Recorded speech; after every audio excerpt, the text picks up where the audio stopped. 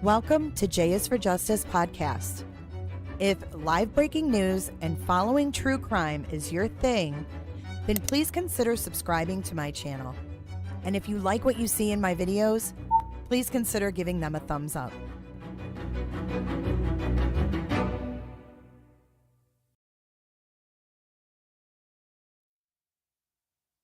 Good morning, everyone. Welcome to J is for Justice. It is Saturday, June 15th. Welcome to chat. Everybody come on in. Come on in. Oh, I sound like JLR now. I can't say come on in. Hold on, I got to get my sound bites up here. My camera's ultra bright. Hold on. I am out of sorts this morning. I got my coffee though. Do you guys have your coffee? Coffee and like button.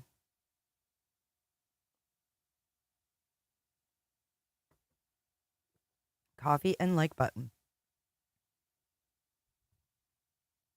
Hi, Smiley. Hey, Shell. Good to see you this morning. Striker, good to see you. And Harper and Micro Kimmy. Good morning, you guys.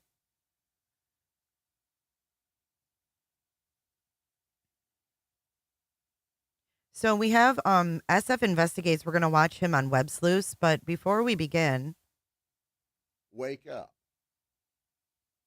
Before we begin, I want to talk about Summer Wells. This weekend marks 3 years since Summer Wells disappeared.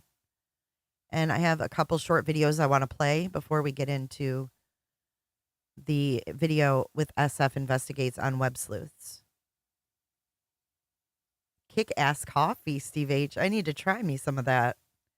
I need a little more oomph. I've got Aldi coffee. I think I need to upgrade. Good morning, Candy Wrapper. Justice for All and Cupcake and Roxy. Bomba Girl.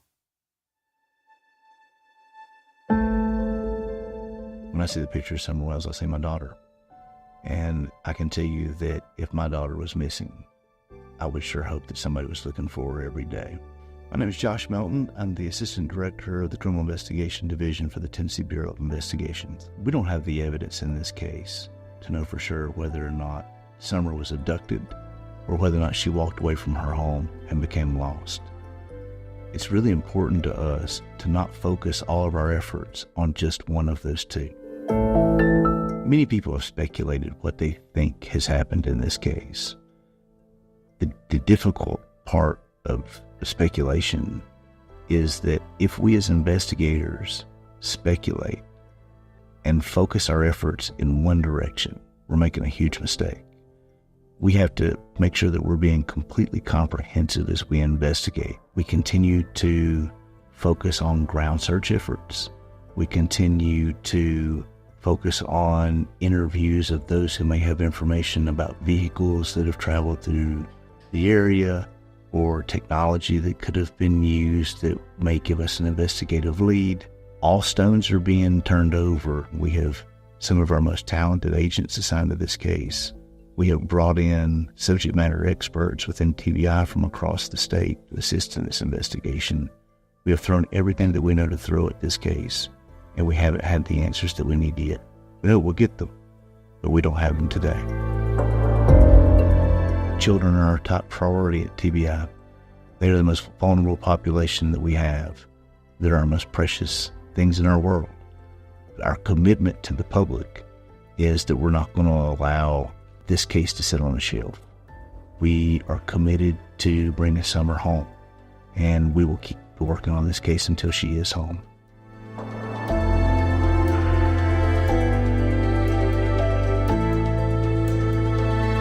longer video on TBI Media if you want to check it out. But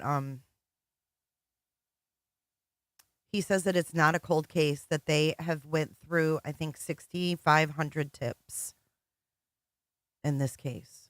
And here's one more I wanted to play about Little Summer. And this is from the Times News Online. On Tuesday, June 15th, 2021, Summer Wells was reported missing. This video is a timeline of what happened after. It's hard to after. watch, you guys. Mount David 4701.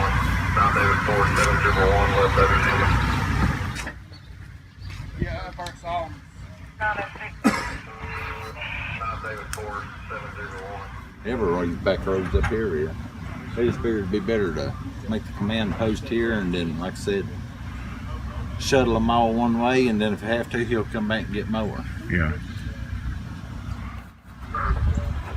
It's like some of them are deploying. There you go. Unfortunately, we don't have any significant updates to provide as Summer is still missing. But we did want to share the latest on the investigation and the ongoing search. As you know, she's now the subject of a statewide Amber Alert.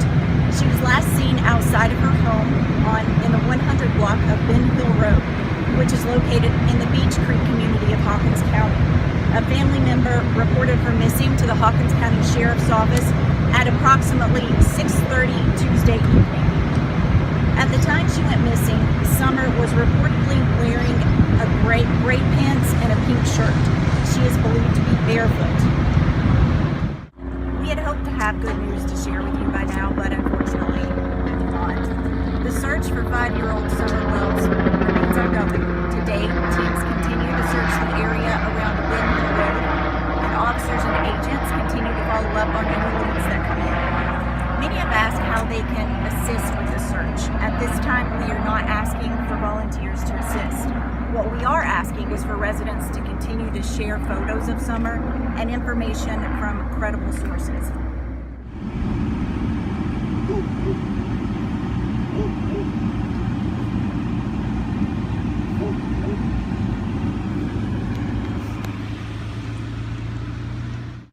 I don't know if you can tell, but there's a helicopter flying up there, and I've been filming these helicopters. They've got rescue helicopters. Tennessee Highway Patrol has provided. So I don't know if you can see that or not. But. Good afternoon. I'm Leslie Earhart with the Tennessee Bureau of Investigation. We can't thank you enough for your continuing coverage and helping us get the word out about Summer. Before I turn it over to Captain Coop, I want to reiterate that there are two aspects of this investigation: the search and the investigation itself. You've heard a lot about the search because that's something we can elaborate on. What you haven't heard a lot about is what's happening outside of the search. Rest assured that agents and Hawkins County detectives are investigating this fully. All avenues are being explored. I remember that too, Mark Klein. And I think it's this next press conference. They don't show the horse, but I believe that was the next one. The following methods are continuing to be used today to try to locate Summer.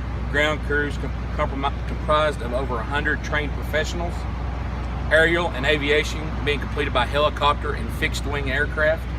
Multiple canines, and also utilizing a specialized advanced mapping. The following new methods of search being utilized today are dive teams, hazardous and extreme terrain search teams, subject matter experts. We have deployed the state TAC and radio system to increase radio coverage for search and law enforcement efforts.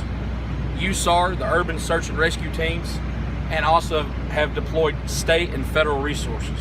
At this time, we have a total of 41 agencies involved in being represented in the search for Summer Wells. I would be interested in knowing what happened that day. I know it's going to be hard for me to have to relive, but... Well, sir, I was at work, but from what my wife has told me and stuff, her and her mother and Summer were planting flowers by her grandma's trailer, which is about 20 feet from the house there, real close to the house. And Summer all of a sudden said, Mom, I want to go in the house. So she said, fine. And her brothers were in there watching YouTube. And so she watched her walk in the door. And Did you see that Ford Ranger too, Smiley? That red Ford Ranger cruise by? I saw it too. went in there, and then she went in there, and her brother said that she was going to go downstairs and play with her toys. So she went downstairs, and then Mom come in and says, where's Summer? Well, she's downstairs playing with her toys. And they hollered for her, and there was no answer, so she went down the stairs, and she was nowhere to be found.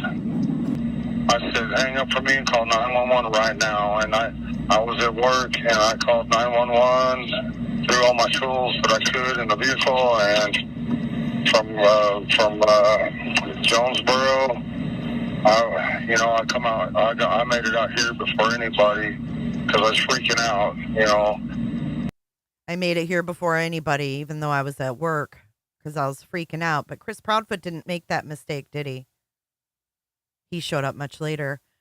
Good question in the chat.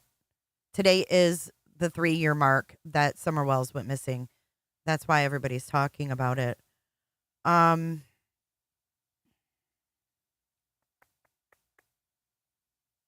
Parents should have been charged with negligence at least, says Spiked Mountain Dew. So here's the thing. They get him on negligence. What happens to him? It's a misdemeanor, right? It's a misdemeanor. Nothing happens. But guess what did happen?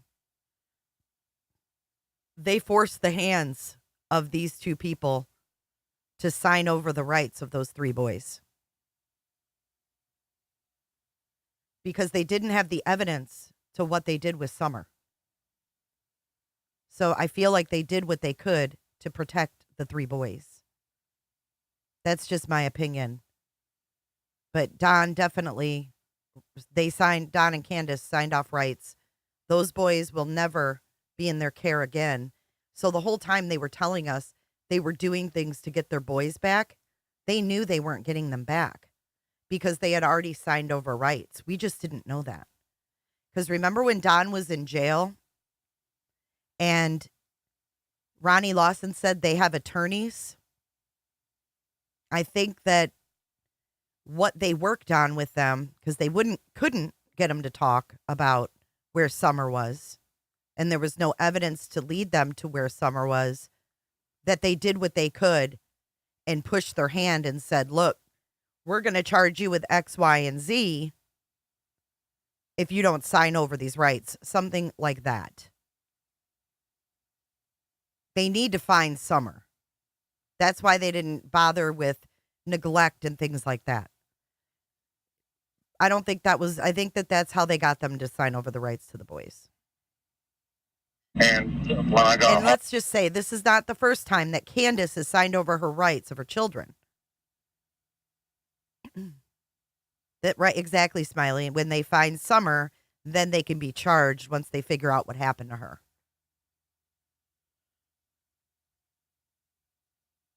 Yeah, they're suspects. I mean, they've never been cleared. You know what I mean? But I think that their first priority was getting those boys away from them before something happened to those boys. Because if you think about it, they put a lot on the boys. They put a lot on those boys because the boys were in the house together, allegedly. And then Candace sent her in the house. And she's like, boys, where's Summer? And I can guarantee you they probably blame the boys. Why didn't you keep an eye on her? Shit like that. So I think that they used the power they had to get those boys safe first. And she also signed off rights to her kids in Wisconsin. After her man then gave her baby brain damage, Candace's other son up in Wisconsin was beaten and suffered brain damage. And then she had a daughter and she signed the rights off to those 2. And Rose is missing and is still missing. Yep. Weird.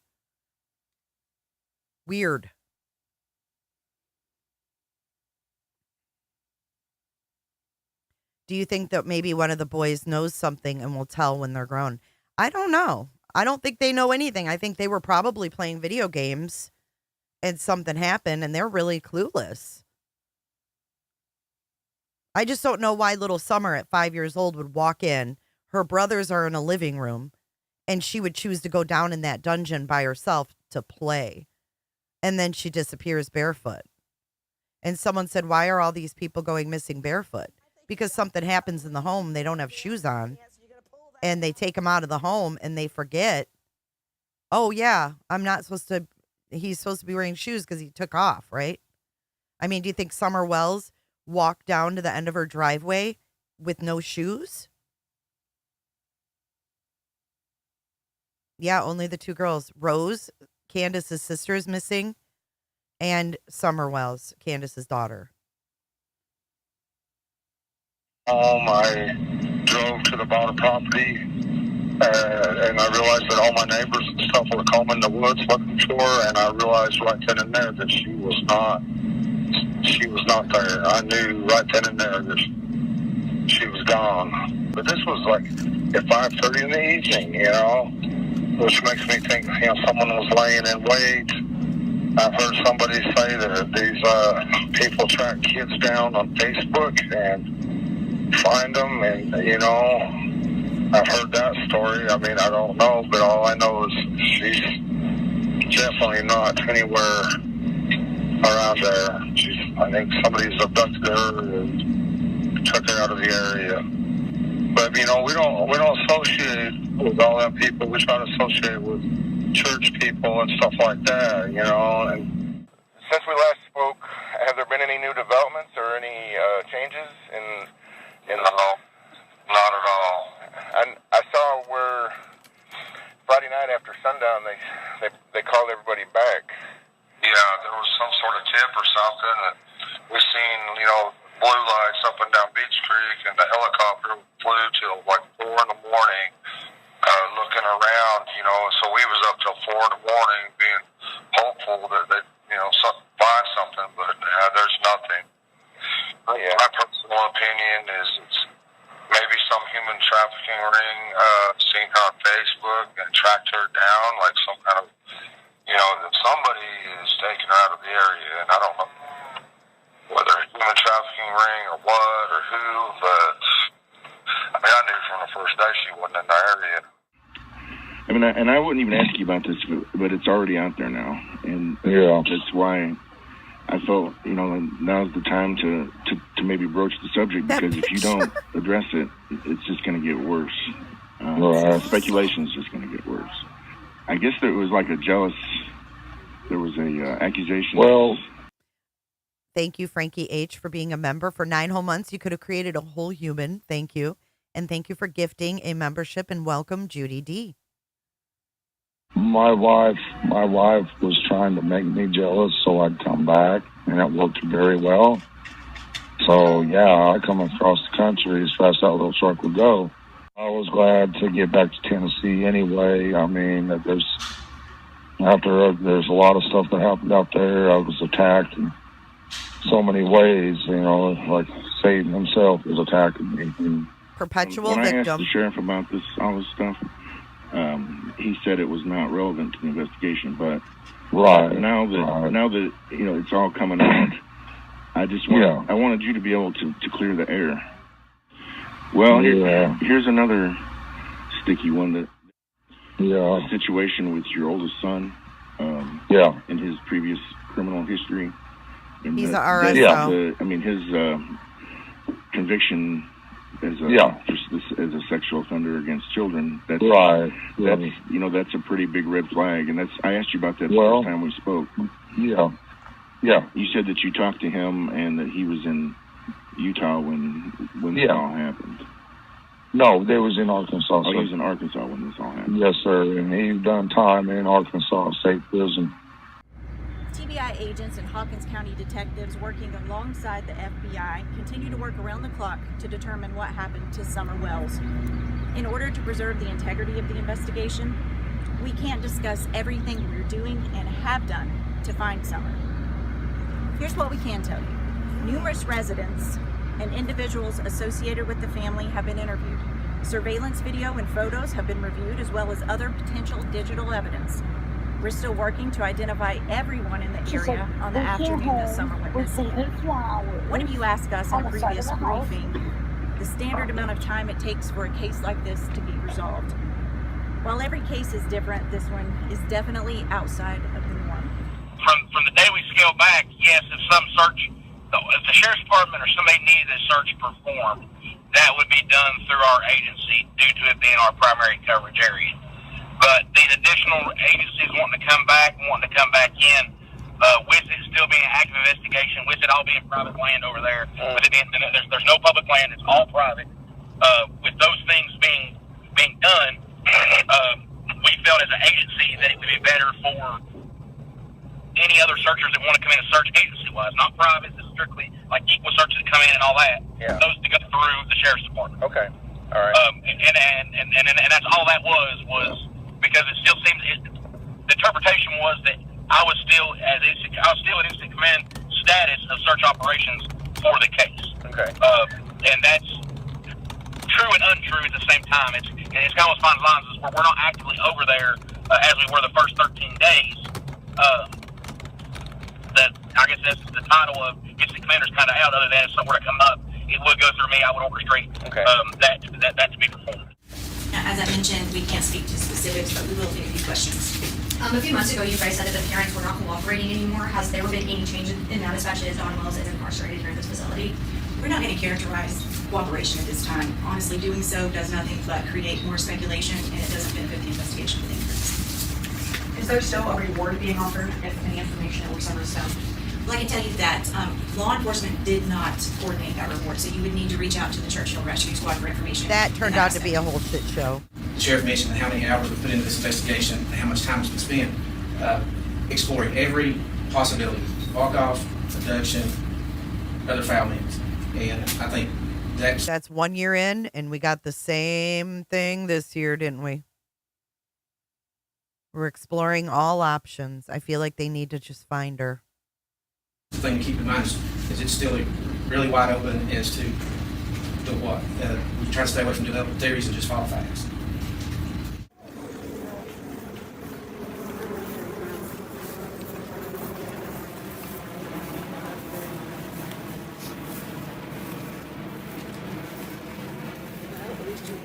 People more upset than her own parents. In the name of Jesus, Father God, Lord. I wanted to share those two things. But now I find out we have a birthday girl in the house. Our one and only Agent Smiley is celebrating her 21st birthday again. Happy birthday, Miss Smiley from J is for Justice. Go, shorty. It's your birthday.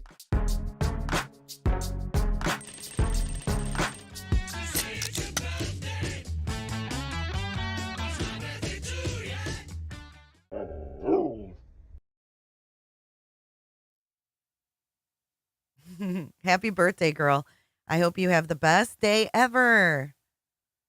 I hope you have the best day ever. I did not know your birthday fell on the day that Summer went missing.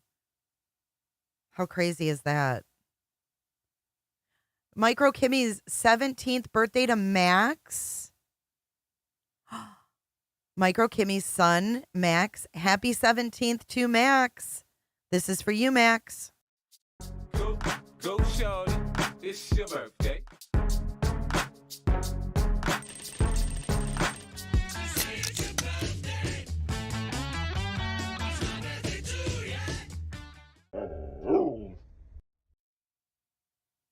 Happy birthday to everybody that's celebrating birthdays today.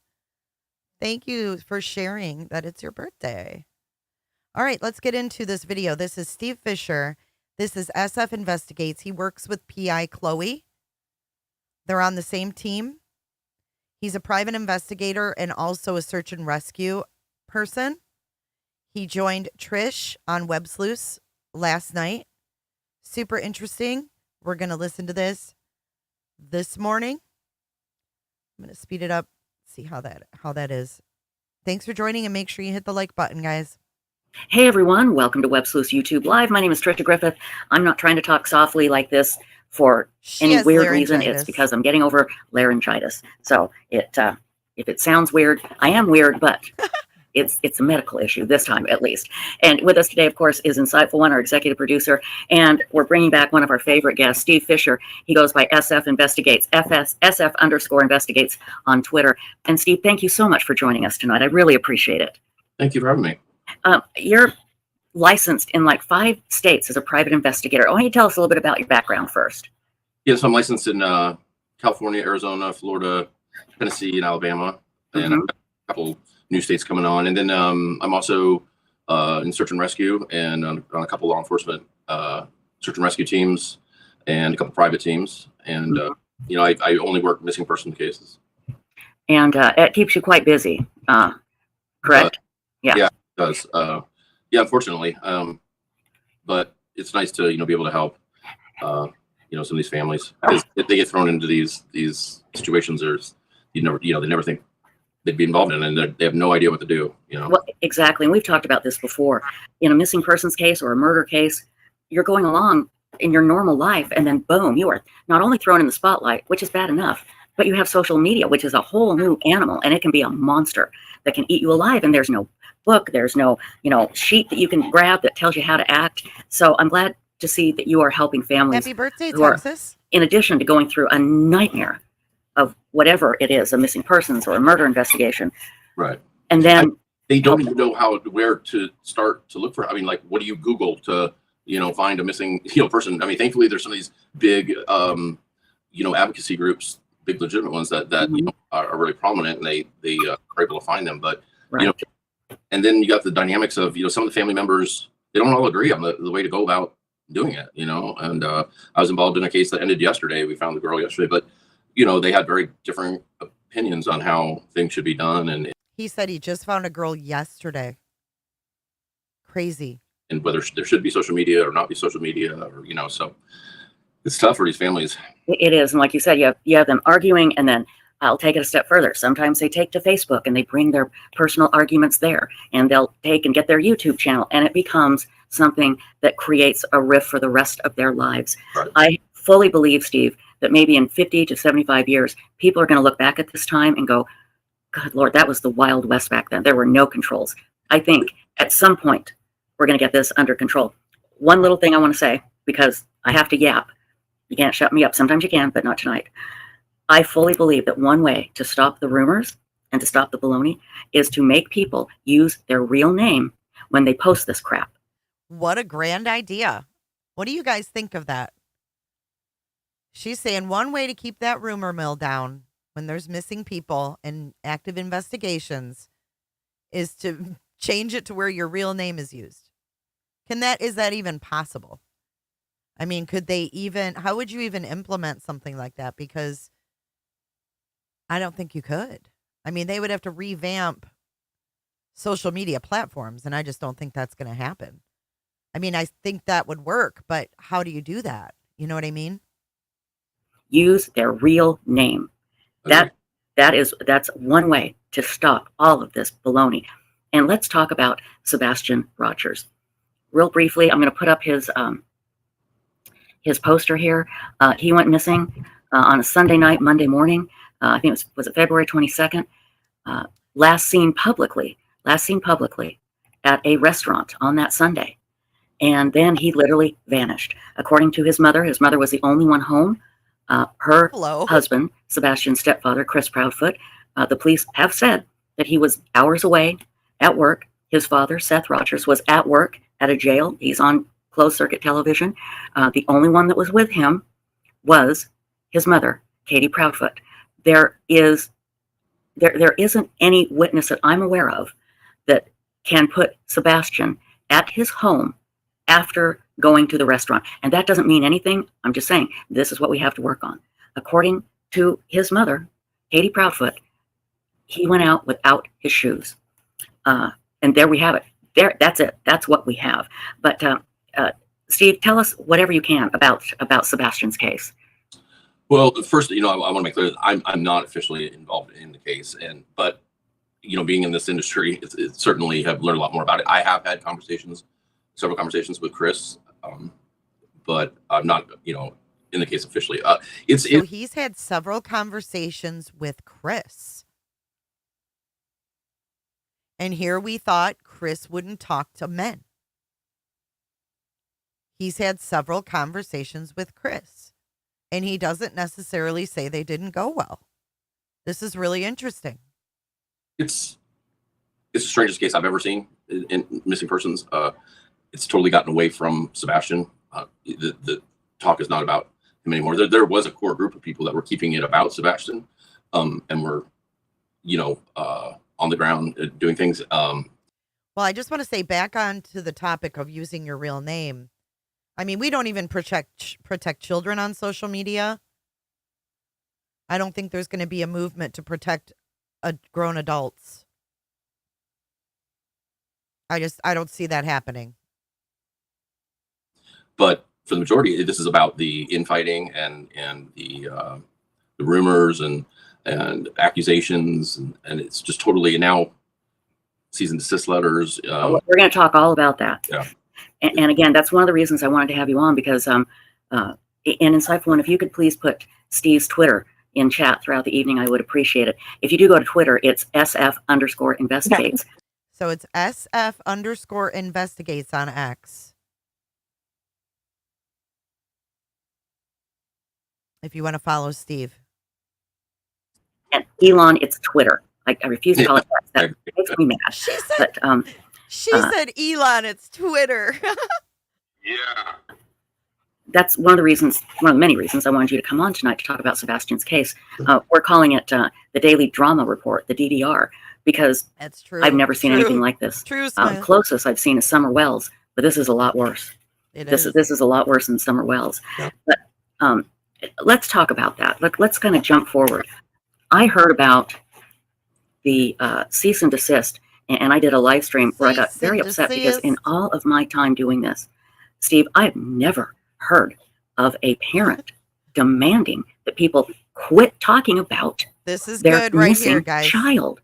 Good God Almighty! But I just want to say, I know YouTube creators and other people were saying horrible things about Seth. That's not right either. Mm-hmm. But that's separate. You can sue them for slander if it's written libel. God Almighty. Do that, but don't tell people to stop talking. And I want to say, our good friend Chloe, the private investigator who's been searching for Sebastian, doing it on her own time, not taking a penny for it, she got one of them. And she's been accused of things that are not true. And so I want to tell everybody, if you see anything out there about private investigator Chloe and it's negative, it's a lie. And it can be proven. It just makes me so angry. She got one of those.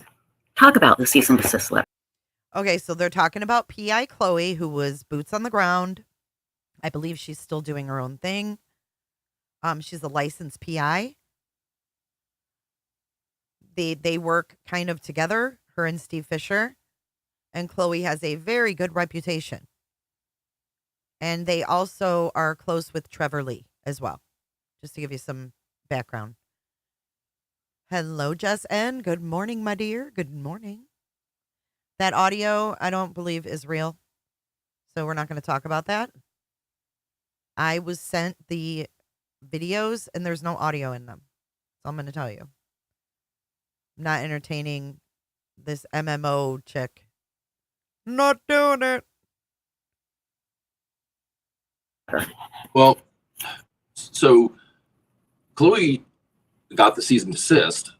They originally said they let her go because she wanted to background check certain, right, which is 100% industry standard. You know, when you're search and rescue, you are working under the authority of law enforcement. You are an arm of law enforcement. You're going on private property. You're getting intelligence briefings from law enforcement. They got to know who they're dealing with. And so Chloe wanted to background check people, and Seth very publicly came out and said, I didn't ask her to do that. I want anybody that will help to come out. And then he goes from that to cease and desist. Don't ever even say my kid's name again. God Almighty.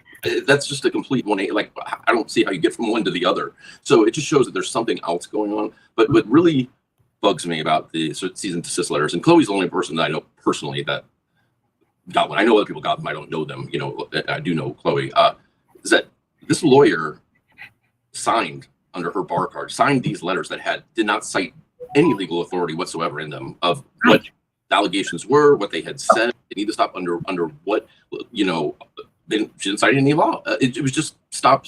You can't tell somebody to stop saying somebody's name. And a missing persons case, when law enforcement comes out with a missing persons poster or an Amber Alert, This is there's a facts call right to the here. public for help. They're saying, please, you know, we need the public's assistance in locating Sebastian Rogers. Like, you can't, and now he's saying everybody stop that. For what reason? It makes zero sense. I don't know who's advising him initially. I guess maybe Tony, but the fact that the lawyer was willing to sign those and put them on her letterhead shocks me. And she should be ashamed because she's interfering in a missing persons case about a 15-year-old autistic boy. And she should know the law enough to know that Seth and Sebastian are now considered public figures. We can talk about them. They can't stop us. They can't. Now, again, that doesn't mean go on and say anything you want. No, and that's a separate issue.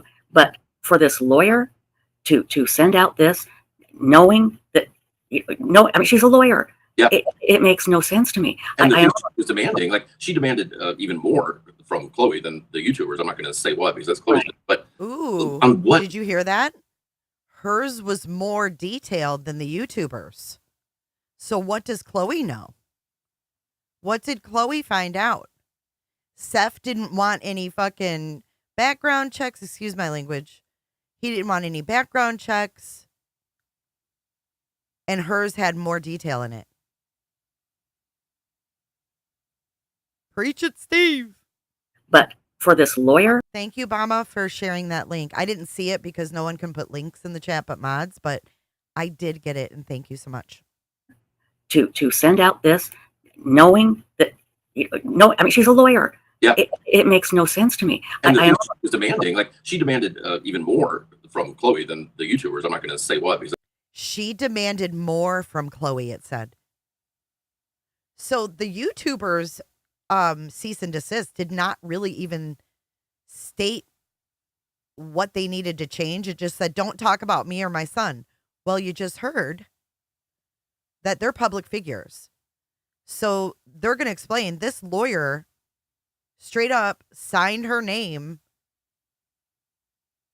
and put her bar number on these documents that don't even explain what it's for. Like, there's no law stated. It's crazy. that's close. But on what, you know, it's just mind-boggling that she's willing to put her reputation and law license on you know, and stamp those. It's shocking, and I don't understand.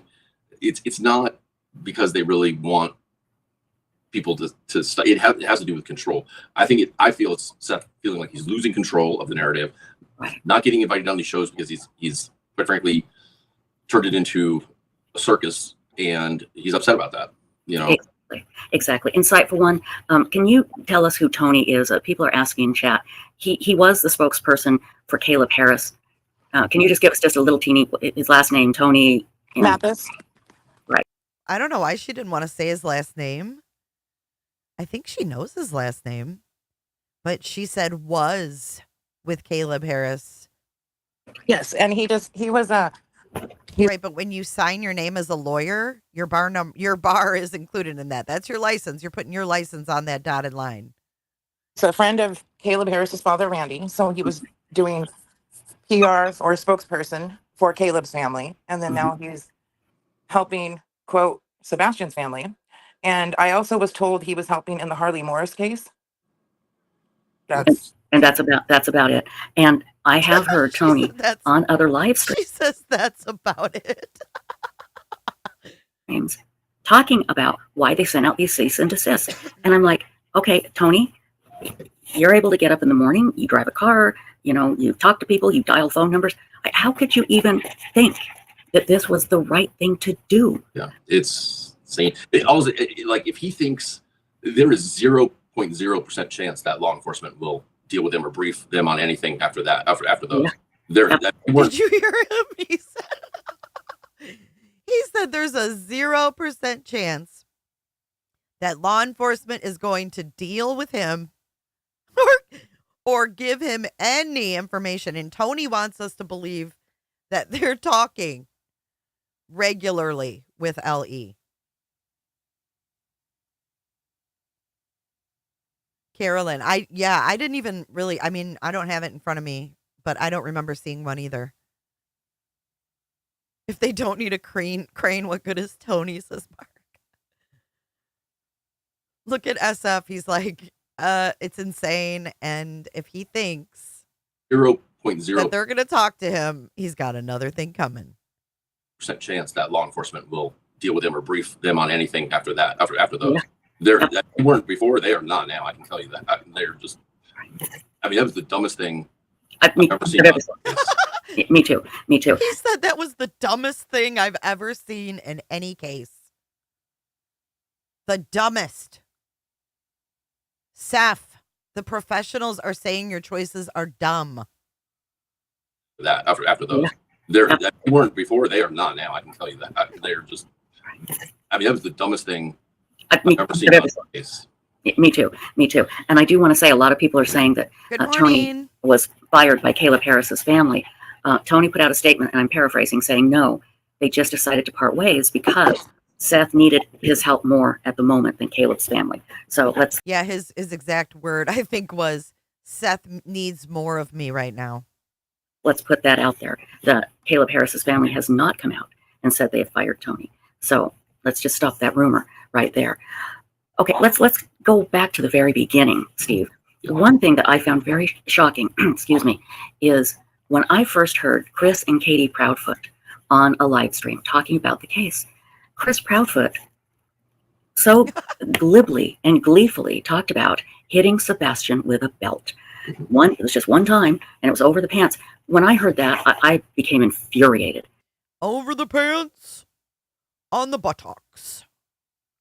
Going back in time to 1980 with Chris Proudfoot. That's abuse. But he was fine with it. And I heard, and he kept going on these, all of these live streams. He eventually, I don't know if you saw this or not, Steve, but we had Chloe and Heather on, and then Chris and Seth came on, and it got very contentious.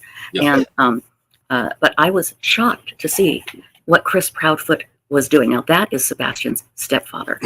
What do you think about that?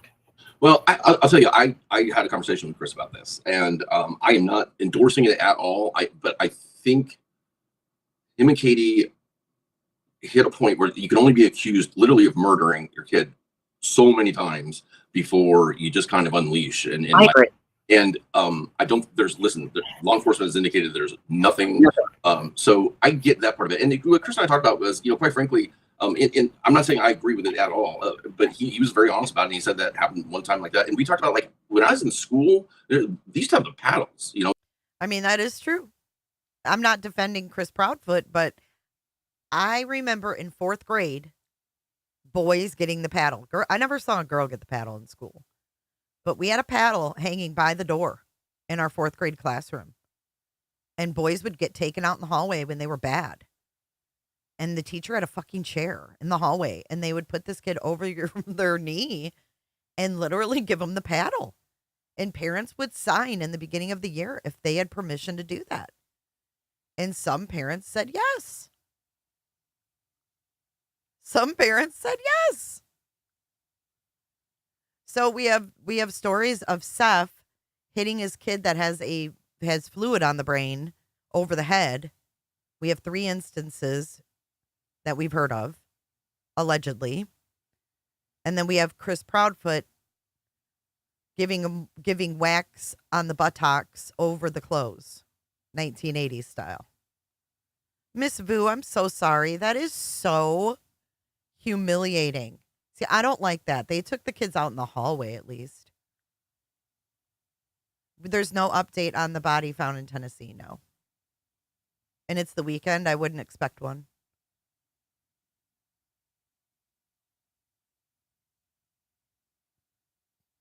How many cases of diapers? Yeah, did they purchase those at Costco? Hey, Sin, where the hell have you been? I'm a poet and I didn't even know it. Like, the teachers would have the paddles, like, on the wall, it used to be allowed, like, at least in Arizona. So I'm not saying it's right, but I don't think he was, like, beaten, I think, Chris is going to stand up for him and his wife, and and Sebastian, and again, I will say, and I don't have any sides of that. I'm only concerned about Sebastian in the case, but I've had private conversations with him. And he's given me very, very truthful and accurate information, you know, and that's stuff that he does want people searching for Sebastian. He 100% does, and he's willing to share critical information if he trusts you and he knows that your intentions are real. So I understand he comes off abrupt. I get it. I'm not here to defend that. He can do that himself, but you know, he was honest with me about it, and you know, so no, and I understand what you're saying. I do. You're right. Like we said, you're going along in your life, and then boom, you're thrown into this. Right. But the problem was they gave such a bad impression. It does, and I'll be honest, I don't think he's going to apologize for that. Oh no, I get it does, but I also, and I know you said you agree, but I get, like, there's some people that say some that are just like horrible. Katie killed him and did this, and like there's just nothing to horrible. Or that Chris, like they've said, you know, people got to remember, it's not just even TBI's involved in this case. The FBI is also involved in this case, and they have done forensics on those vehicles, where exactly they were at exact times, and there's a lot of surveillance between here and Memphis. And did you hear what he said? That they've investigated their vehicles. He said, you got to remember, it's not just the TBI. It goes above them. The FBI is also involved. In this case, and they have done forensics on those vehicles, where exactly they were at exact times, and there's a lot of surveillance between here and Memphis. And, you know, so, you know, it's a lot like the Kylie Rodney case. Everybody thought, hey, you know, they're letting these kids run these interviews and stuff. But little did everybody know, because Sammy had said, hey, we'll do them in the trailer. They're allowed to bug the trailer if they have the owner's permission. And Kylie's grandfather was the owner. So they bugged that thing. It was a video and audio bugged, and all those kids, everything they told was on. Wow. It was all evidence. Right. That's the first time I've ever disclosed that. But wait, let's go back. This is about the Kylie Rodney case. He's talking about surveillance and bugging. Okay, so in the Kylie Rodney case,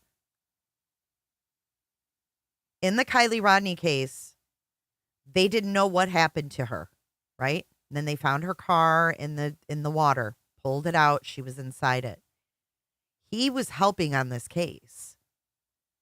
And he just said that Sammy, Kylie Rodney's friend, had the idea to do interviews in the trailer. And he's saying they bugged Kylie's grandpa's trailer.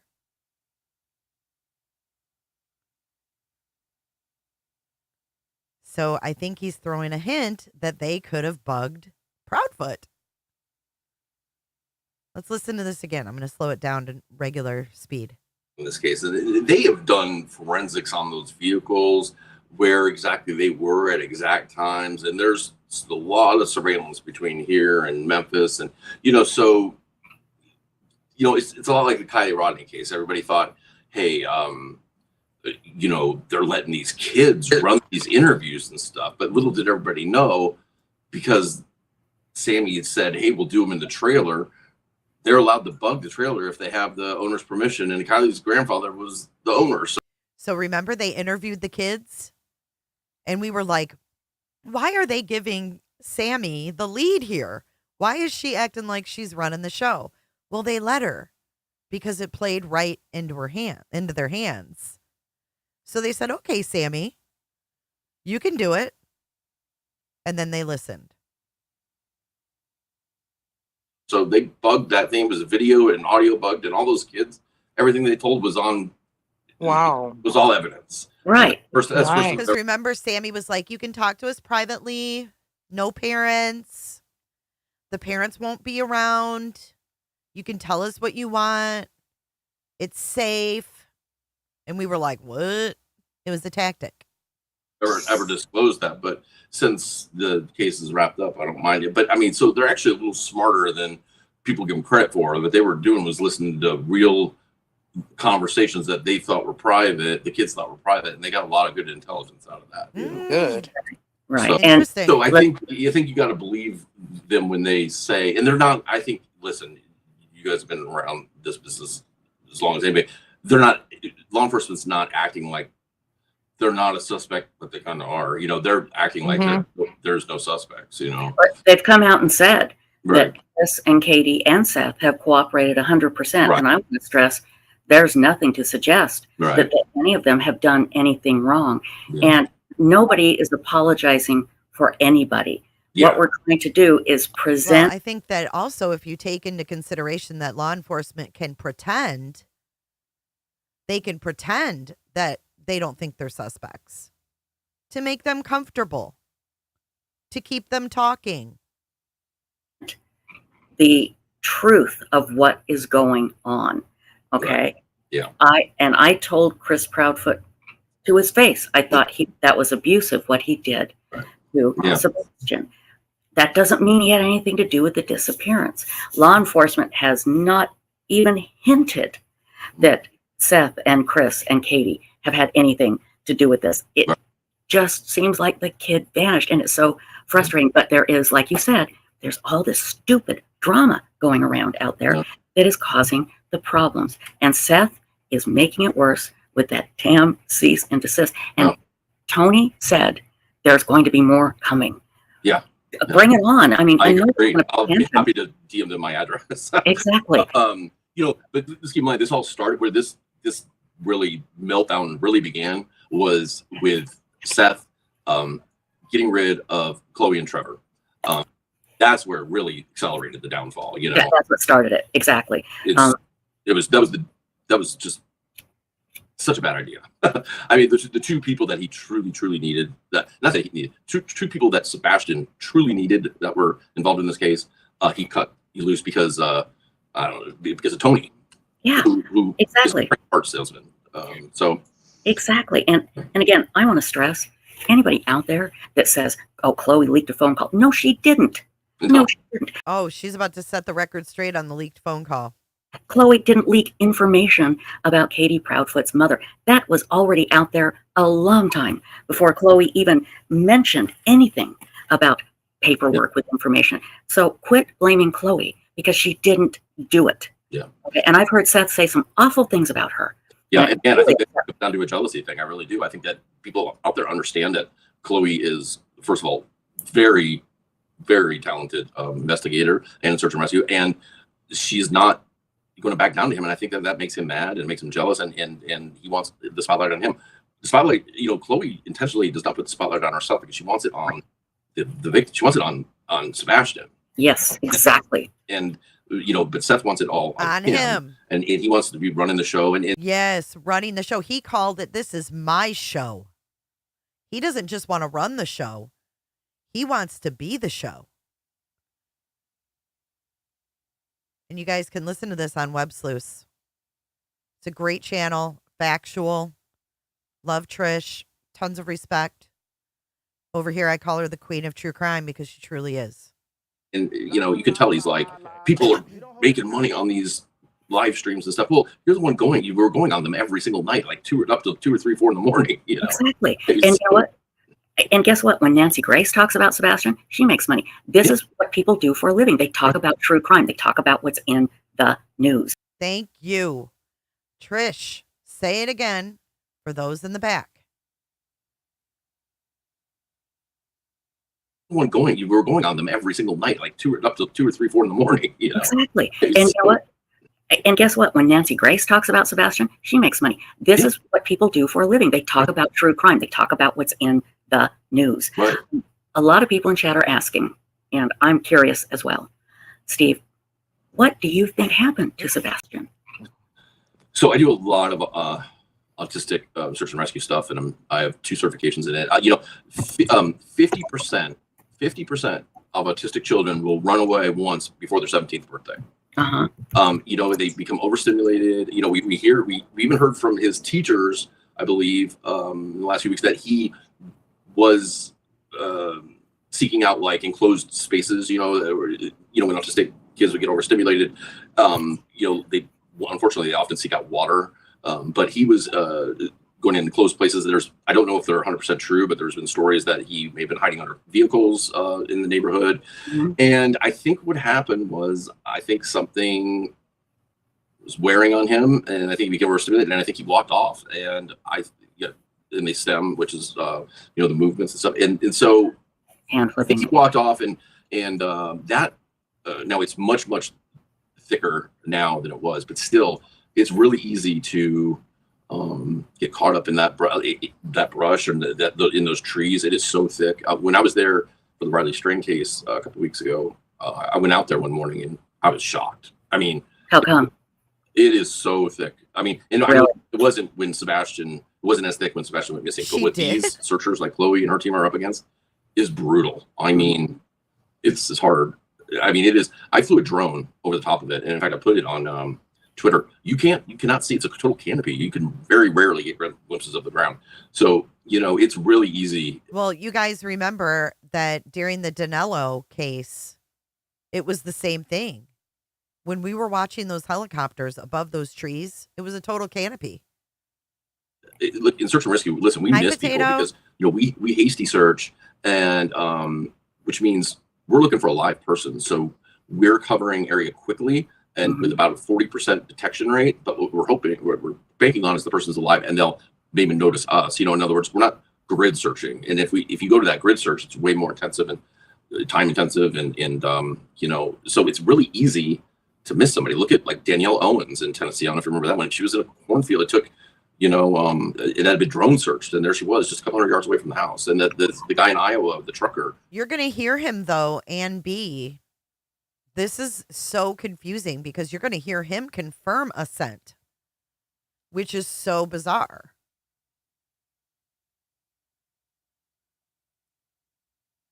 Just a few weeks ago, they found him, and it's often you find people close in areas that have been searched. I mean, it's not a perfect, it's search and rescue.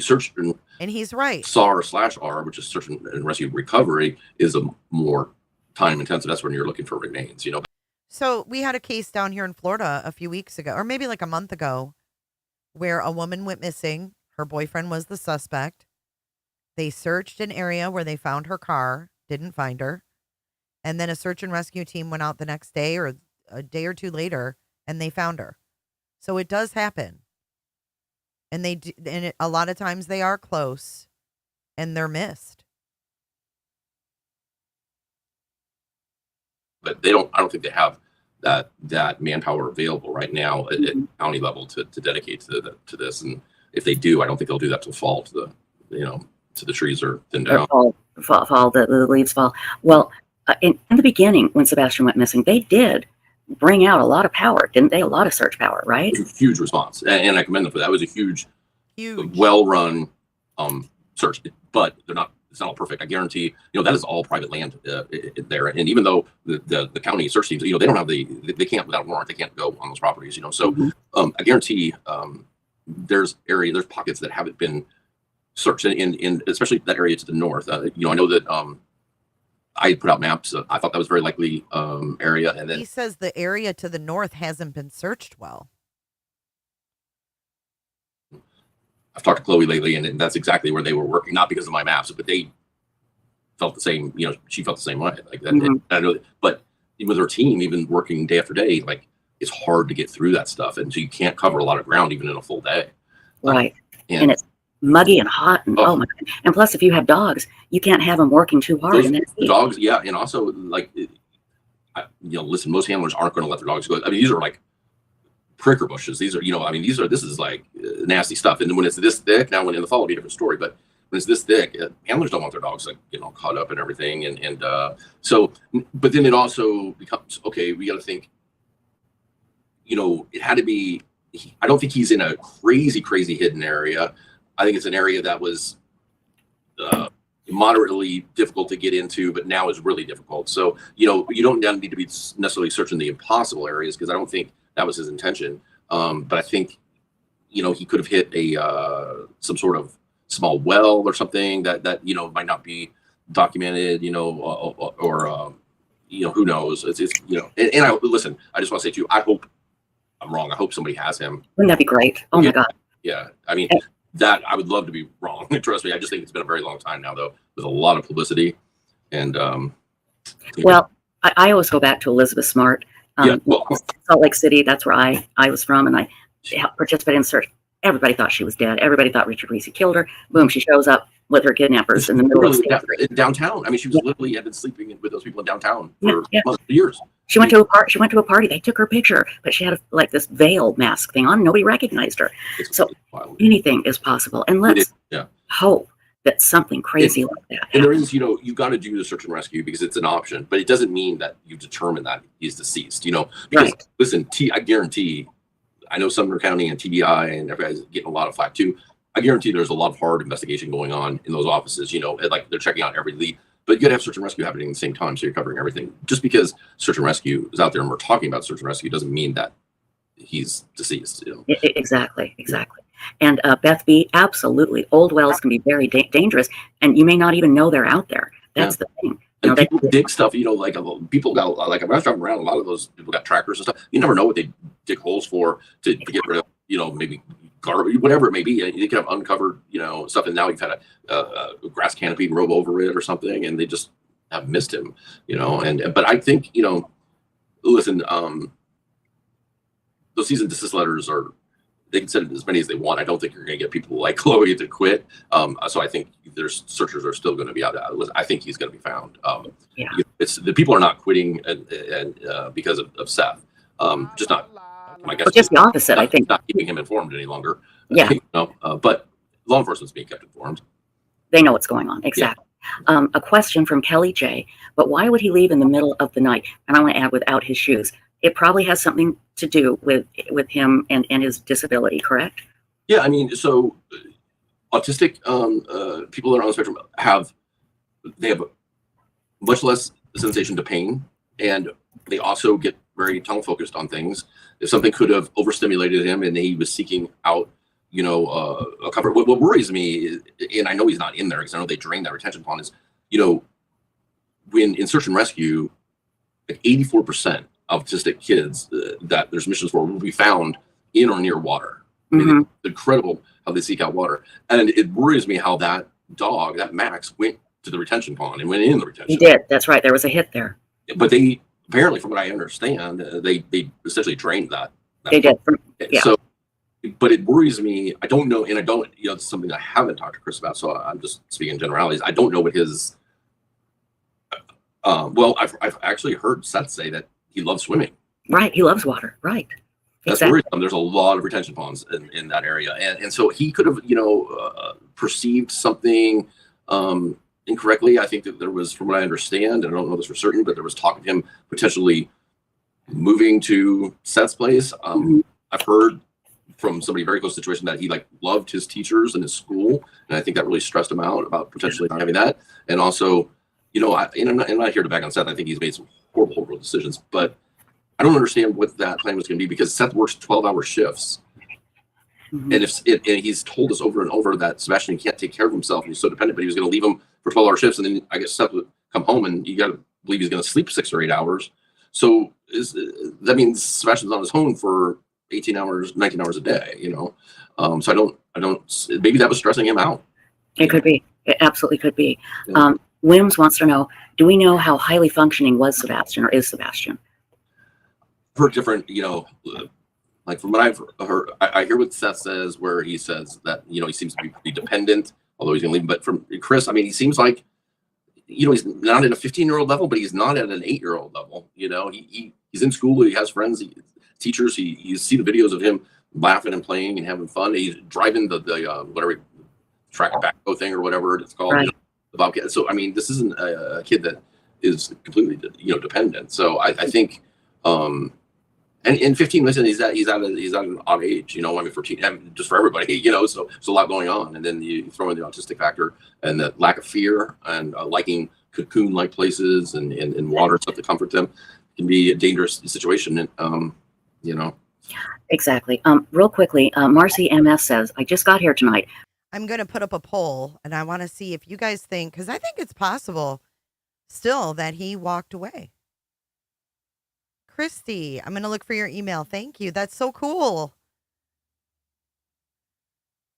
Thank you, Dreaming. I'll check my emails. Thank you, guys. If you haven't hit that like button, now's a good time. Are his parents no longer suspicious? His parents have never been under suspicion by law enforcement. According to law enforcement, they've always been cooperative. And Lynn Iron brings up a good point. Wasn't there a teenager that got stuck in a wall or a chimney a few years back? And do you know, Steve Fisher, if any abandoned homes are being searched? I don't know. I about the homes. Before I went out for the Riley String case, there was a couple, I would call them like outbuildings. They were like, I guess like mini barns maybe, that I noticed just on Google Earth, and they just look very appealing to me, for an autistic kid, along with like tractors that are parked in the open thing. And I've talked to Chloe about those, and Chloe's like they've searched ones that they've had. I think there's properties that they haven't yet had access to because of homeowners not being in town or whatever. But they, there's just a lot of those, whatever you want, sheds. They're bigger than sheds, whatever you want to call them. A lot of them to search. And I think that those are prime places to find, someone like this. Good.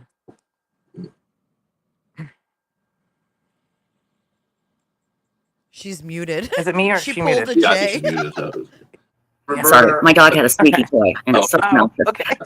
Beth B said, I've read that Seth couldn't recognize the person that was taking out the trash, too blurry. Now, there is a video of somebody taking out the trash that Sunday night. Katie said... Okay, so this is the silhouette video that we heard about being Sebastian taking the garbage to the road. Taking it to the end of the driveway. Which isn't a very far walk.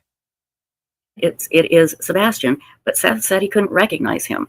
Have you heard that, Steve? Yeah. So, I mean, I've heard, I've talked to Chris about that, and I think they're certain when I say they, I'm talking about law enforcement, that it is him. And I don't know exactly where I heard this. I don't know if it was in one of the briefings with law enforcement or if I heard it from Chris, but it's not just him, the shadowy figure going out, but then when it returns to the house, Sebastian's light goes on in his room. Right. Oh, so that's something we didn't know. So we see the figure according to what Steve Fisher is saying, the figure goes to the road with the garbage, goes back inside, and then Sebastian's bedroom light turns on, which we would have to assume is that front room where his bedroom was. Good morning, globalism. She says, I've been listening in bed for a while. Guess what? That autistic teen found in the chimney they just mentioned did so because he was kicked out of the house and the door was locked. Interesting. That was crazy. I remember that. Wasn't that in Colorado? So I think that's another good indicator. Listen, the dogs pick up the scent, leaving the house, right? See, he's going with the dogs picking up this scent. So if we're going to believe that, then we know that he had to come back to the house. I just think you got to believe that he made it back to the house, Yeah, I agree. Like you said, he could have been many reasons why he took off without his shoes. I've heard a lot of people say he may have been running for his life. Maybe his mom was mad. I don't know. The police have not said. No, Sebastian, according to Chris, Sebastian's room is in the front and the other two bedrooms are in the back. That's what I understand from Chris Proudfoot. Miss Anonymous says he keeps saying, according to Chris, though. I don't like that. Yeah, he said he's had several conversations with Chris. Good morning if you're just joining. That's the case. Again, the shoes is confusing. Yeah, very confusing.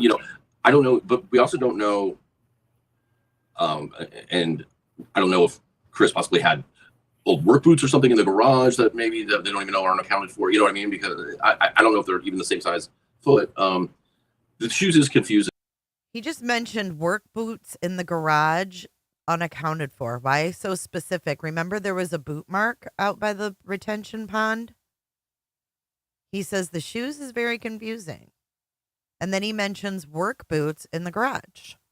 Good morning, my cat's name is Karen. That's the case. Again, listen, the shoes is confusing. Yeah, very confusing. I don't know, but we also don't know. The world, according to Chris. I don't know if Chris possibly had old work boots or something in the garage that maybe that they don't even know aren't accounted for. You know what I mean? Because I don't know if they're even the same size foot. The shoes is confusing, but I can also see it, in the way that the scent line apparently goes, where it goes out the front door, down the fence line, back, and then across, that's all across grass. And then, then it'll hit that road. And that construction site will be patted down, dirt. And keep in mind, people with autism have much less. He's not dumb though, you guys. If he's saying things or, he's got Chris talking to him, that's actually a good thing. That's actually a good thing. Because this guy is not like a bad guy. You know what I mean? Pair of work boots that aren't accounted for that they don't realize are gone. Mm-hmm. You don't trust him? The pain reception is much less. I mean, I don't think that he necessarily maybe trusts him, but I mean, he's a private investigator, dude. This is investigations. They use tactics. They play games. They do what they need to do to get the information. And he said, maybe the boots are missing. He didn't say there was. Other people. So he's not going to have the same, sense of pain that we might. Exactly. Do you know if, I've never heard of this, the Henderson Mounted Unit, I'm assuming that's law enforcement on horses. Do you know if they were called in? I don't know if they were. I do, Henderson Mounted Unit. Now, this is interesting because yesterday when those remains were found, or the dead body, whatever you want to call it, in the cemetery was in Henderson County. Hendersonville is in Sumner County. But she's asking about the Henderson Mounted Unit. Is that Henderson County? The same county where they found remains yesterday? I'm assuming that's law enforcement on horses. Do you know if they were called in? I don't know if they were. I do, I can't recall if I saw them in Riley's case or in Sebastian's. I know they were on one of them, but I don't know which one, so I hate to misspeak. But they brought out, listen, it was definitely a mutual aid search. EMA put on a huge response, and they did a great job. I mean, if he walked away, how does that explain the ruckus video you keep playing? Maybe the ruckus happened earlier, and then he decided I'm out of here and ran away. Maybe there was a ruckus and he ran away from that ruckus. We don't know. Oh, Hendersonville has mounted police. Thank you, Wes. So she meant Hendersonville, not Henderson. The body was found in Henderson County. But he may not be working the case, but he talks to Chloe, the PI. And that's the thing with search and rescue is it's, once it's determined that the person or the target is couldn't be alive in that search zone anymore, they got to scale back, or if they've searched it all, they've got to scale it back because these are, like the resources got to go other places. So it's really frustrating, and people don't understand why search and rescue gets called off and stuff like that. But unfortunately, and listen, being on search and rescue teams, it's heartbreaking to get that stand down call over the radio. It's like, oh man. Yes. But that's when it's important that people like Chloe and her team come in, and that's why I do not understand what Seth is doing to sabotage that. And Seth is sabotaging that. The audio to the flashlight video, there is no audio. I have the original videos. There's no audio on them. If that person can't show the video and the audio together, and you know what that audio sounds like to me? It sounds like Allie's fart. Listen, here's the audio for you. She said, we came home, we planted flowers. Right here, listen. On the side of the house. Oh, I heard it. Audio, I believe, is fake. And Seth talks about how much search and stuff. I've personally never seen Seth on, I've never seen video of him searching or anything. I've seen him around the area, around areas, and I know that there was a couple staged ones that I know who filmed it. But wait, what? Staged? What did he mean by that? Staged searches filmed? Staged? Is he saying that these searches weren't real? Who is staging searches? Listen to this again. And if the work boots are missing, are Chris's, wouldn't that be Chris's scent? But the dogs capture scent in the air as well. And if they're given Sebastian's, they're going to like track Sebastian's scent. They're given the scent to follow at that point. Not understand what Seth is doing to sabotage that. And you know, and Seth talks about how much he searches stuff. I've personally never seen Seth on, you know, I've never seen video of him searching or anything. He's never seen video of Seth searching. Oh, shit. He put him on blast. Hold up. Wait a minute. Something ain't right. Yet we don't do the psychic meditating. She's full of shit. She's full of shit. The audio is fake. He just said he doesn't think Seth ever searched, y'all. Personally, and he talks to Chloe. Seth talks about how much he searches. The audio is fake. Don't believe the hype. Searches stuff. I've personally never seen Seth on, you know, I've never seen video of him searching or anything. I've seen him around the area, you know, around the area, and I know that there was a couple staged ones that I know who filmed it, but there was a couple staged ones. He just said they're staged. I've never seen a video of Seth searching ever. You know, he's got to let these people that are really dedicated, they're doing it for free, which is, you know, let them, you know, stop what he's doing and support them. And like they should, hopefully, I know they're continuing, hopefully they'll never report to him again. They should only, in my opinion, I hope they only report to law enforcement, but Seth should just leave them alone. They're trying to find his son. Exactly. You know, and let them do their thing because they are his greatest asset. He might not realize it, but he's going to realize it. It's going to hit home when everything else is, because everything around him is, everybody's leaving, you know. Exactly. And I can, you know, it's right. And didn't JLR say he didn't even see him search? Didn't he say he didn't even see him search? sad, but I feel like I can almost write this script, Steve. Yeah. And that is, at some point, Seth is going to look back and go, what was I thinking? I hear Seth, and I haven't heard Chris and Katie on for quite some time, but when they were coming on, it was all about them. It was all about Seth and how, you know, he was going through this horrible time, and Chris and Katie. And it's like, where is the, oh my God, what's Sebastian? What happened to him? Was he going through? I'm so terrified. Is he being held? And I don't, you know, again, you go along in your life and you just have a few people in your life, and then boom, the internet just envelops you. And you have people telling you that they love you and they're sending you money and you're getting all this attention. And you have spokespersons and, you know. Exactly. Exactly. You're selling merchandise. You know, there's sites out there that he's got, you know, but in the end, it's all about, you know, listen, we're not hearing from law enforcement because they want no part of this. Right. Oh, yeah. No, they hate this. And, you know, but they do want that search help. And like, okay, that was back on March 22nd when JLR was with Seth at the park. March 22nd. It's June 15th.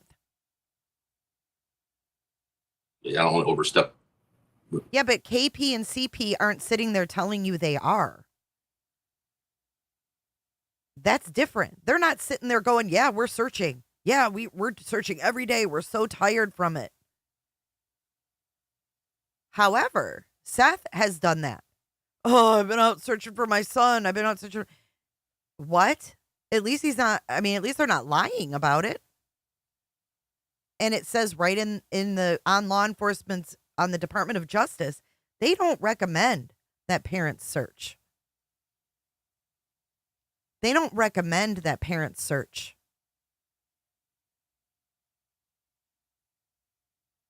You know, anything, but listen, they respect those searchers that have stayed out of it and continue to search. Right.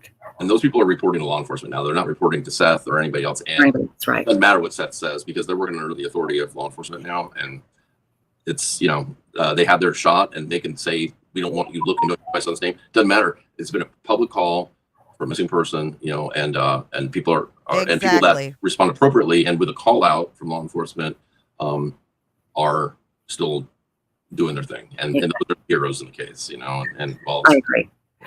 I want to address Jazz Doby in chat, who's been posting some things. Sebastian going missing has nothing to do with Seth. Well, here's the problem, Jazz. Seth has created this whirlwind of preach it, Trish. Drama that is causing problems for the search for his son, and that's why we're talking about Seth. That's why we were talking about Chris and Katie in the beginning. Is come on, hey, this is what I do, is we talk about everything surrounding the case. And because Seth and Tony have sent out these ridiculous letters that nobody that deals with missing children have ever seen before, he has created this discussion around him. Okay. And we talk about Sebastian all the time. We put up his picture, we put up the phone number. But again, this is created. In the beginning, it was Chris and Katie Proudfoot that were stirring up all the drama. Now it's Seth and Tony. And it's something to discuss because it is so bizarre. So you certainly don't have to listen. You're welcome to stay, but please be polite to our guest. Exactly. We don't allow anybody to be rude to our guests. So Exactly. And if you're going to replay my videos and you allow your chat to bash me while you play my content, you just might be walking into a little problem. Just saying. If you're listening, you know who you are. You play my stuff and you let your chat say they're unsubscribing, bash me, etc. You might be walking into a little problem there. thank you very much. Anyway, what you were just saying is so right, because yes, Seth didn't have anything to do with Sebastian going missing, but he does have something to do with the effort for him to be found, and he's really turned away a lot of people. Like, again, I don't want to overstep, but I'll give a little way. When he made that just dumb move of getting rid of Chloe and telling them they couldn't search. I had put out on Twitter a couple weeks before that, like, what I thought, would be one way to approach this would be to put together a team of like 12 or 8 to 10 additional people to what Chloe's already got now, which are professional people, and have everybody have SAR qualifications, be background checked, and go through everything you do if you're a member of the law enforcement team, and get law enforcement's approval for that team to come in. But it would be a very expensive effort, because I'm talking about bringing in like people, kind of like an all-star team from around the country, and people with canines and stuff. And when I talked to Chloe about that, and that is not, I didn't give Chloe any idea. This not something Chloe wasn't already definitely thinking of, so I have law enforcement, I believe, is good with that. But now, because of these cease and desist and people being turned off, I don't think the money could be raised for an effort like that, which would be, all these people that really wanted to help find Sebastian. And now I don't, because it would be expensive. I mean, the searchers aren't paid or anything, but travel expenses and for the canines to come in and the lodging, it's going to be, for 10 days, it's going to be $40,000, and I don't think there's any chance of raising the money now to do a search, a true, like, with a big team. So he's saying that Seth completely sabotaged his own possible effort in raising money for a real search team.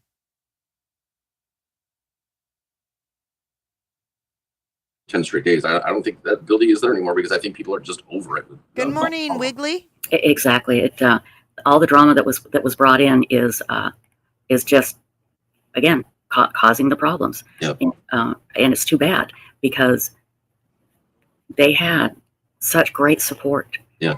So many. They're a great team. I mean, listen, you're not, you're not, I mean, both Trevor and Chloe are just amazing at what they do. And yes. For them, and the way he went off on Trevor, oh my God, Yeah, and I was so confused, and I don't know if you even want to talk about this, but what happened? I thought Trevor was helping him, and then all of us, it sure seemed to me like it was, it revolved around that recorded call. That's where it started, and that Chloe didn't have anything to do with that. I know that. I was involved. I had a copy of that call. I was asked my opinion on it, if I thought it was a credible threat against Chloe. So I know. Listen, Seth's the one who leaked it. Let's just be honest. He even said that to Heather. He even said he was the one that leaked it, and then he yelled, "Did you send it to my mom?" Lauren Betty keeps asking for donations for his Cash App. Unbelievable. Who would donate to him at this point? Who would donate to him at this point? Seth was in that chat list. Of course he was. He's going to go where his butt's kissed. My cat's name is Karen. Thank you for gifting 5 whole memberships. Exciting. Welcome, guys. Welcome, new members. He gave it to a YouTuber. Yes. And so he's the responsible one. And now he's trying to play it off. It just blows my mind. So anyway, he used that as an excuse when he was going off on Trevor. Natalie, all I can say is why watch? Why ask questions when you know that this woman is off her rocker? Why even bother asking questions? Because you know you're not going to get an answer. You know you're just going to get a crazy ass reaction. You know what I mean? Don't even entertain it. That's my advice. If I was y'all, I wouldn't even watch that bullshit. But it sure sounded to me like it was a lot more jealousy than anything, like why are you getting this attention?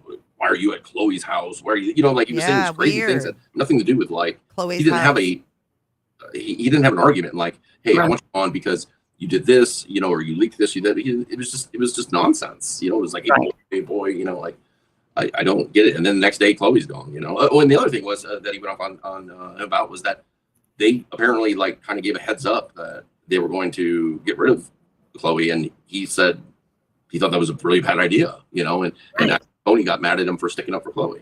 Yeah. Chloe's the sharpest one that they've had that ever will have on that team, and so it all Thank you, Isaiah. it all started crumbling down. It was already melting down, but when Tony came in, I don't understand. I wish Tony to this day would just tell us what is his plan. Like, Oh my God, he feels the same way we do.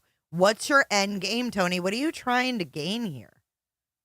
Because it seems to me that Seth did a complete 180 after Tony came on board. It started before we met Tony, but we know now that 3 weeks before Tony came on board, Seth had already signed an engagement letter with, quote, them people. Hey, Guidance. Good to see you. I hope your twins feel better. One-Eyed Flo, thank you so much for your generous super chat. Thank you for the coffee.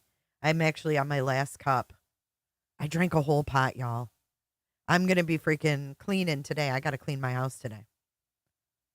Probably going to crash. What is the end goal? What are you trying? How are you trying to find him? Is this about having 2 a.m. chats with all women, or is this about finding Sebastian? Like, Exactly. What is the plan? Like, oh, he said it. He said it. He's talking about it. He finds this shit inappropriate. Talking to young women. I don't understand. I wish Tony to this day would just tell us what is his plan. Showing his like peen. what is the end goal? What are you trying? How are you trying to find him? Is this about having 2 a.m. chats with all women, or is this about finding Sebastian? Like, Exactly. what is the plan? Like, put it out there. Like, there is a search and rescue plan on paper. It's like a 55-page plan. I know that for a fact. What is his plan? Right. I don't get it at all. A very good point. And what is the plan? And how about letting people that want to help? Yes. But if they're going to be on people's property, or they're going to be dealing with law enforcement intelligence, and if they need to be background checked. And, absolutely. Absolutely. I did have a question from Marlene Clausen. Wanted to know how you became a private investigator. You've been doing it for quite a long time. How did all that start, Steve? So it started in like 1999, I believe. I originally thought I wanted to get into aviation, and so I was a pilot, and I flew for the Attorney General's office in Texas for a while, and we would do so. I was flying, and also flying the governor, and as a co-pilot with him, and we would fly search and rescue missions too. And then I started with I did not know another that team about him. there in Austin. We're flying. This is before thermal drones and everything, so we were flying fixed wing aircraft, and we were actually specializing in finding other aircraft or helicopters that had gone down. And so then the missing, it was kind of a progression of that. I was never on the ground. I was always, because I was air support. But then listen, you don't call TBI with fake audio. Okay. Bigger. That woman called TBI with fake audio. You don't do that. If LE has those videos, why would you call them with fake audio? You think that they don't know when you call and say you have audio on videos that they already have, and they know that that audio is fake? They're gonna be nice? No, they're busy. They're trying to find missing kids, and they're getting these fake tips from fake fucking astrology YouTubers bothering TBI. Stop it. The case of Madeline McCann over in Portugal just like drew me in to, like, and, so then that's when I, pursued, getting some fake tarot card reader lady meditated and thought she heard audio in those videos. And she called TBI and then bashed law enforcement and said how awful they were when she called for the tip. Anybody who wants you to not trust law enforcement does not have a good agenda. Just FYI. McNo. getting licensed, and I'm I was sick also of the lies. I'm sick of the lies in this case. I'm glad they hung up on her. She's absolutely ridiculous. She said she meditated and got messages from that audio. And people buy this shit. They believe it. And they think that TBI should listen to this. Come on, people. Come on. also been an in-house investigator for a couple law firms that specialize in like family law. Those were more, that'd be more like parental abduction, so custodial, interference type stuff. But but it started with flying search and rescue. Interesting. We got a couple of other questions here in chat that I would like to ask. So hang on just 1 second here. There's one here. Jazz Dobie says, please tell me what the Proudfoots. Well, then if it's audio from a ring cam, it's not the flashlight video. Because the flashlight video, remember, that's from the house on the corner of Kellen and Stafford. That's not a Ring doorbell. That's a camera on the side of a house. So whose audio from the Ring doorbell, and where's the video that goes along with it? Because Rings have video and audio, not just audio. So if you can't show the whole thing and the video to go along with that audio, there's something wrong. Or the Bauer Soxes are doing. Well, we don't know. That doesn't mean they're not doing something, So, Bauer Sox, I don't know. I've never spoken to, but I get, Chris, I think Chris and Katie are a lot more involved than people think. There are people that talk to them. They're a great source of information. They encourage searching. Yes, Chris has Mike. been very helpful, and like when I've run search zones by him, what his thoughts are. If he knows the owner of it, he lets know. Listen, he's been extremely helpful. Just because Brenda or Bernadette, that's 2 hours you'll never get back. That's 2 hours you'll never get back. If it's a Ring doorbell, they should definitely have video with it. he doesn't feel that, especially the way they've been treated, that he has to tell everybody everything. And I think he's right. That's definitely his right. Like they have donated a lot of money to put up billboards of their own money, and when the same group that arranged those billboards, asked Seth for if he wanted to put any money in from the GoFundMe, he said no. So they are doing stuff. And I'll tell you, I don't even know if I should supposed to say this, but they since that. So some random tarot card reader is going to get Ring cam audio from where? From where? Who gave it to her? There's no video, but she just has the audio. Anybody can make audio up and put sounds in it. Exactly. They have all the video. They collected them the day he went missing. She meditated and heard. All I got to say is her headband's a little too tight, I think. Talk came out from T-Rev about the purchase of the weapon. They legitimately have some fear. She also said she had 39 edits. She has 39 edits in that audio. Get the fuck out of here. The only edit you should need is noise reduction. If there's truly audio, you would need noise reduction, not 39 edits. This woman's off her rocker.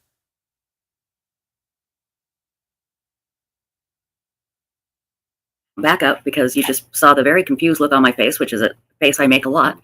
Yeah. What weapon? So I don't know if you're like on YouTube. Isn't there? Well, you're not monetized, right? I know that. No, you're good. Yeah, you can say whatever you want. We're fine. So T-Rev came out, and when there was there's been this drama where there's a female involved, and that T-Rev is now going out with, and he's moved to Tennessee, but apparently Seth, I don't know, thought he had a thing like. Anyway, T-Rev came out and said that Seth asked him to purchase a pistol for him, and he would buy it in cash from him. Whoa. Okay. Hear that? He's talking about the pew pew situation. And we had Seth looking like he was at Michaela and T-Rev's under that freaking awning. Apparently Seth, I don't know, thought he had a thing like. Anyway, T-Rev came out and said that Seth asked him to purchase a pistol for him, and he would buy it in cash from him. Whoa. Okay. And that's an illegal transfer, because you cannot, the person, even though you can do private party transfers in Tennessee without a background check, you can't have somebody go to a gun store and sign the form, and you have to check it saying that we're purchasing it for yourself. And if you already know that you have a buyer in advance, you can't. And it's like, why did he want a gun that was off the books? That's kind of scary. And so they took that as a threat. Or they didn't take it as a threat. I shouldn't say they took it as a threat. They are concerned, and so I think they are, Welcome, just watching their backs, and so I think that's why you saw them go dark.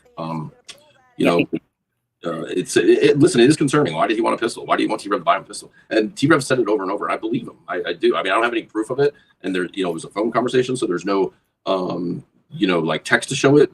But it would be a crazy claim to make. It was a lie, and Seth hasn't come out and said it's a lie. Right. Well, thank you for explaining that. See, I can't keep up. I just can't. I know. Yeah. We have a question from KCG. Wants to know, is there any information about the reward money and the GoFundMe? I'm not even sure. I know Seth had a GoFundMe, but that was all I know. Yeah, I don't know. I know Seth has or had. When I know that when Tony came on, there was talk about setting up a trust. I haven't heard of that already done. I know there was supposedly, and this is just from what I've read, there was like $3,000 of reward money, but it was like promissory notes through an attorney. And if you wanted to donate to the reward fund, you had to mail a check. You would only take a check and have you made out to this attorney in Nashville. And I don't know if there's a reward offer. And I don't believe in rewards personally myself, so I haven't followed that much. But that's what I've heard. So. How come you don't believe in rewards? Because we already have such a problem when we have these cases. They become high profile. I agree with him. The families get so many scam calls. Like, absolutely. I have your kid. If you don't send me $1,000 in the next. If you don't Western Union it, and it's always overseas. And listen, we know there's scams, but we still have to investigate it. It takes away from it, and it scares the hell out of the families. Yeah. So bigger. And listen, you look at Adam Montgomery. They were in a motel room with some homeless people that knew that he was taking Harmony in a U-Haul somewhere. Oh my God, that's right. For $200,000, they didn't even come forward. They didn't come forward. That's right. They just don't work. And then when you go to collect them, it's like I had one. I collected one. There was a case that I found a person and they just happened to have a reward. So I filed a reward. It was through It was through one of the top 5 largest law enforcement agencies in the country, and it was $10,000. And so they came back to the lawyer and said the donor said they're not going to give the money anymore. And I was like, you never said it was a donor. You put it on your thing. So we actually had to negotiate it down to like half the amount. Of like, oh, that's terrible. You don't even know. You know what? I think that happened to, I hate to mention them, but AWP too. I think that happened with a reward too, that they weren't able to collect it or something because of some red tape. I don't remember. I mean, they were fucked up, but Robin Brown, I'm really interested in your comments today. You're very against all of these people that we're helping. I want to know why. Your comments have stood out, Robin, because you're basically the only one. You're basically the only one that is saying that you don't like Trevor Lee. Why do you think Trevor Lee is a joke? I love you too, Global.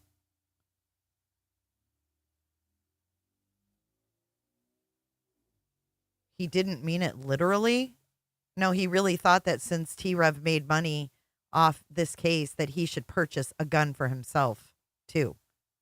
Why don't you get me one? But Robin, I'm really interested in why you feel this way about all these people that actually tried to help.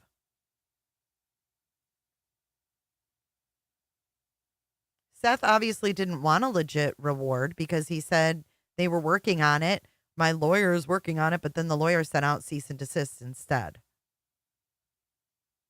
They're there, and then it's like, oh yeah, he meant it because he went on to say, I was saving up money for my own pistol before this. I was saving up. It was going to be a gift for me. Multiple people will claim it. I think if there's going to be a reward, it should only go through Crime Stoppers. Right, that's the best way to handle it. Crime Stoppers is great for reward. You have to do everything anonymous, and the money's there, but then the families don't have to deal with these threats. But what it does is it becomes distracting because for the first 4 or 5 days, there's going to be these crazy claims that, they're going to be killed if you don't support. Exactly. And families end up sending money. Yeah, because they're panicked. They're scared to death. Sharon Marlowe said, Seth said he has spent some of the money for flyers, and I have heard that, and that's great. I think that's wonderful. Yes. So I agree. I always think with these GoFundMe's, I have never once promoted a GoFundMe ever. Because see, and he's also smart. He doesn't promote these GoFuckMe's. And by the way, if you donated to the GoFuckMe, is it your birthday, Mark? If you donated to this, you have a year to ask for a refund, from what I hear. I've just seen, I forget the name of the one in San Diego. I got so much hell over that, but it was a scam. But there's just so much that can go wrong, and if it doesn't get used for the right purposes, do people get too comfortable with the GoFundMe, as a income source? And it never seems to go. I do remember clearly, Seth, at least in one interview, talking about how this money was going to be used for search and stuff. And as far as I know, I don't think search ever got anything. Like, there's a see, Crime Stoppers, they will help out, but there's a reason that law enforcement hasn't encouraged a reward in this case, in my opinion.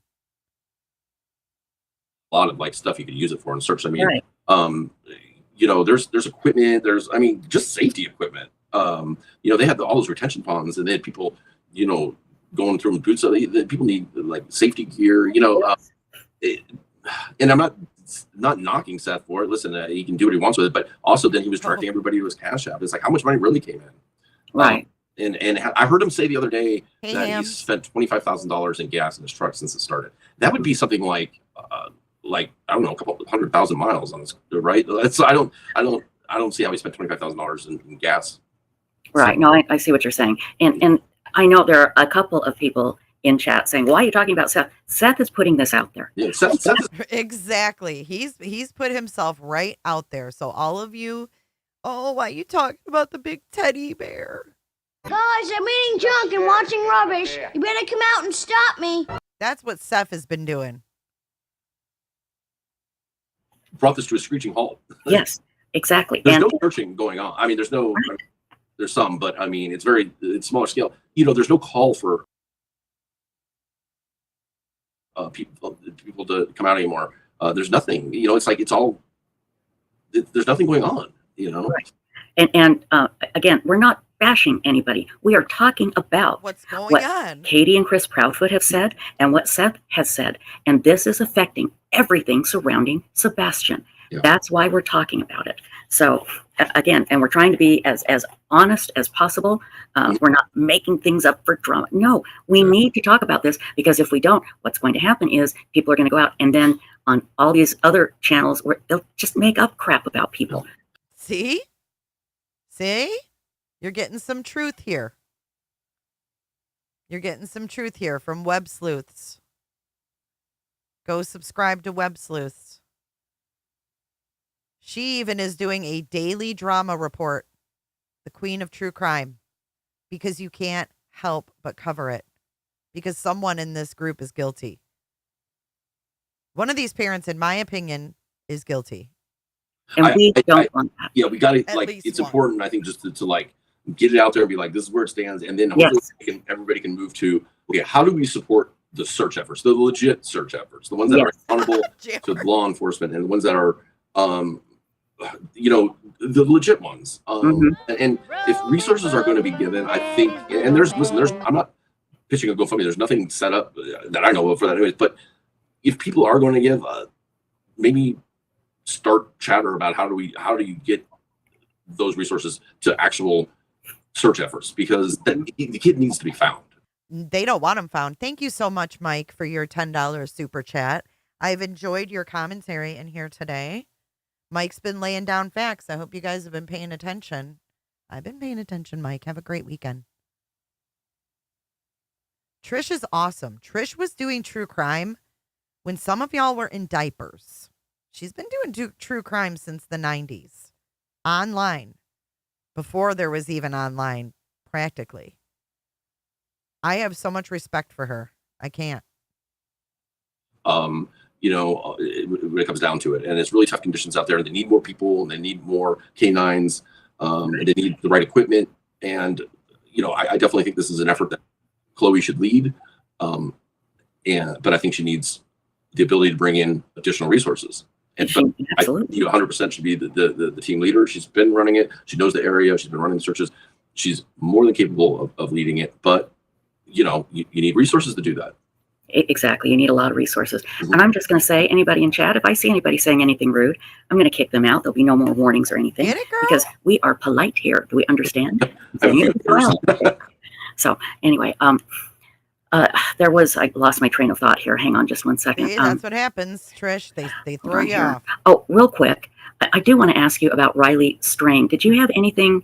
Did you search for Riley at all? Are you familiar with his case? Well, I'm the investigator in the case for his family. Yeah. So let's talk about that. They don't. Last I heard, and correct me. I'll just, you know, the family's not.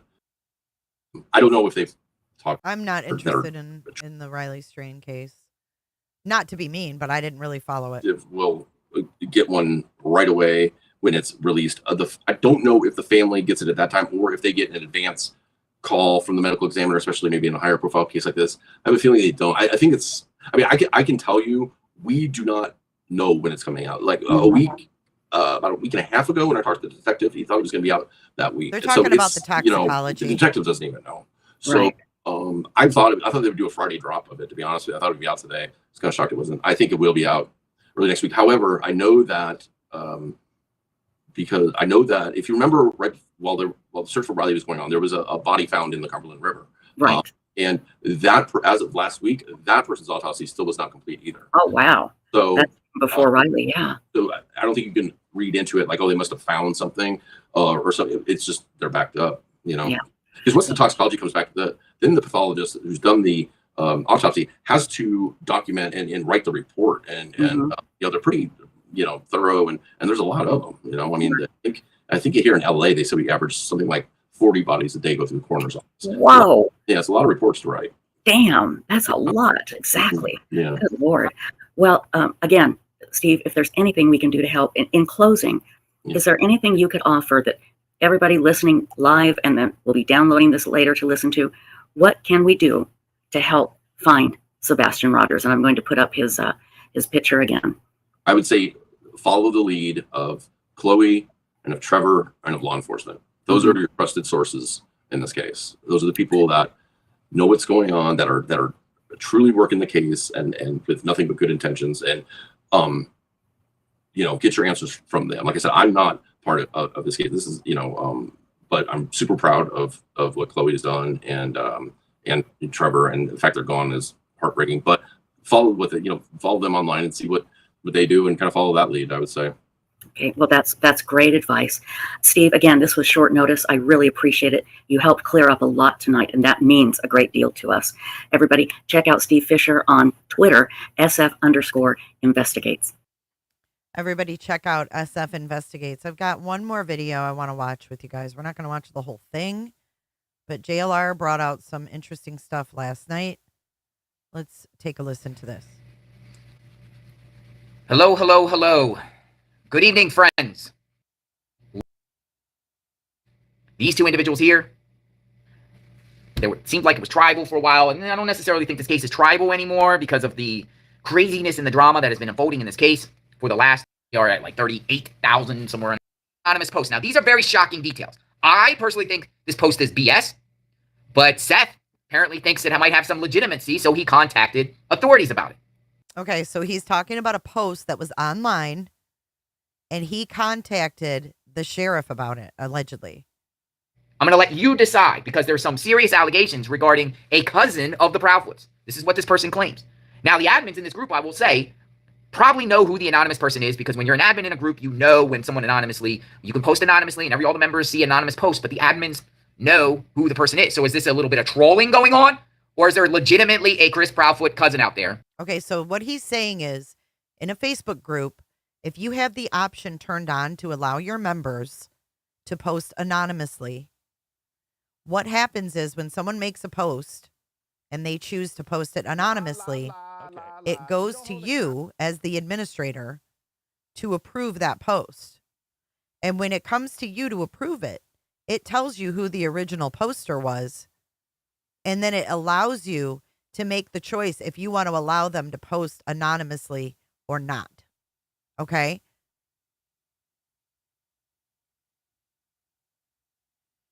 Who is making claims. I'll let you decide. This is what was posted. This was what was circulating in the groups. And it came from Justice for Sebastian Rogers. Anonymous participant says, and I'm going to scroll this out a little bit. I didn't want to do this, but I have to. I have been having nightmares and I can't handle it anymore. I am Chris Proudfoot's cousin. We grew up attached to the hip. I love him, but he holds so much information. I have just been feeling so sick from this. Last month, Chris confided in me and informed me that Katie killed Sebastian. This is serious, folks. At that point, I wanted to hurt her because he begged and pleaded and even paid me $500 to stay quiet. I took the money and I gave it to a homeless man. Now, that's kind of weird. I say this is BS. But I don't know. We don't know for sure. I'm so sick, so tired, exhausted, and they need to be locked up. Oh, and he also told me that they stripped him naked and threw his clothes in the trash that night. I'm posting this here so someone else calls the cops because I'm already feeling too many emotions. So someone else can call the cops. So this post, Chris Proudfoot's cousin. Okay, Merge, what do you mean she debunked this? I deleted your comment because I'm going off law enforcement, okay? Law enforcement and officials and the news. So how in the world was this debunked? And what do you mean by debunked? Like, that doesn't even make sense. How do you debunk this? Someone posted it anonymously in Justin for Sebastian Rogers. So the people in Justice for Sebastian Rogers approved it. So they know who posted this. Why would they approve that? You get it? How can you debunk that the administrators approved it? And if it's a troll, why are they approving it? Think about it. She knows the person that posted it. Why would a person post that? You don't find that to be a little sus? Who's the person that posted this garbage? And who's allowing it? So did she out the person that's writing this mess? Because that's not debunking if she didn't. Who's the people that approved it? Exactly, Core. Exactly. She knows the person that wrote this mess? And what does she say about it?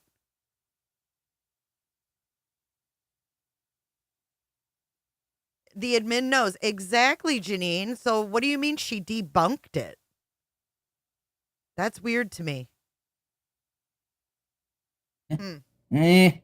Says they called the cops. They're saying that they stripped. Katie did it. They're claiming that Katie did it. I don't know, folks.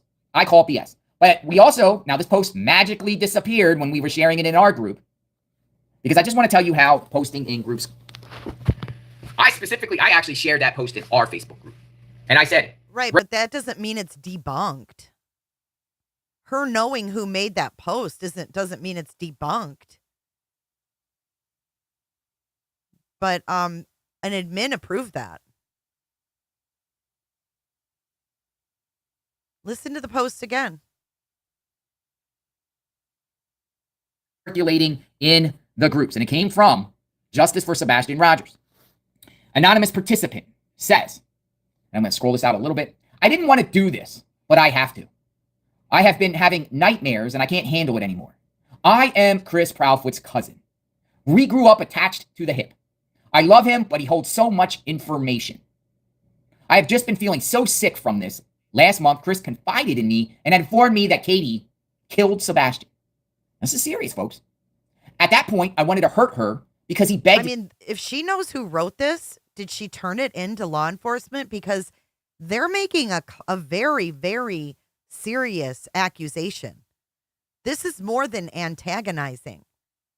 It says right there, Katie killed Sebastian. It's stated as a fact. So if Terry Lynn, if you know who this is, I hope to God you turned this person in. Because that's fucked up.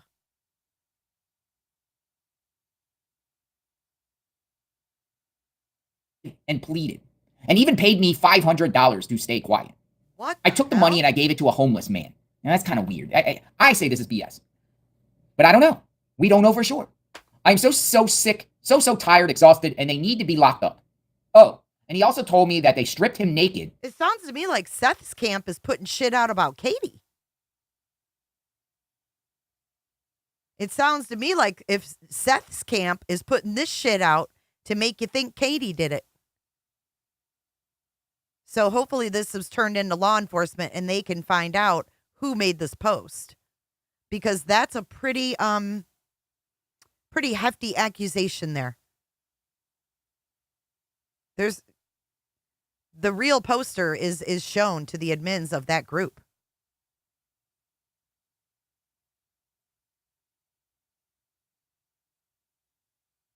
And my question is, did Terry Lynn say who wrote it? Or did she just say, oh, I know who wrote that? That person said Katie killed Sebastian. And threw his clothes in the trash that night. The fuck? I'm posting this here so someone else calls the cops. Because I'm already feeling too many emotions. So someone else can call the cops. So this post, Chris Proudfoot's cousin, says they called the cops. They're saying that they stripped. Katie did it. They're claiming that Katie did it. I don't know, folks. I call it BS. But we also, now this post magically disappeared when we were sharing it in our group. Oh. Because I just want to tell you how posting in groups. I actually shared that post in our Facebook group. And I said, regardless if it's BS or not, it needs to be reported to law enforcement. If you see something, say something, right? Better safe than sorry. Seems like after I made that post in that group got taken down. Ooh, interesting. No, but Merge, it's not about shooting the messenger, but you're in my chat saying that Terry Lynn debunked this and meaning, oh, it doesn't mean anything. But that's someone accusing Katie of murder.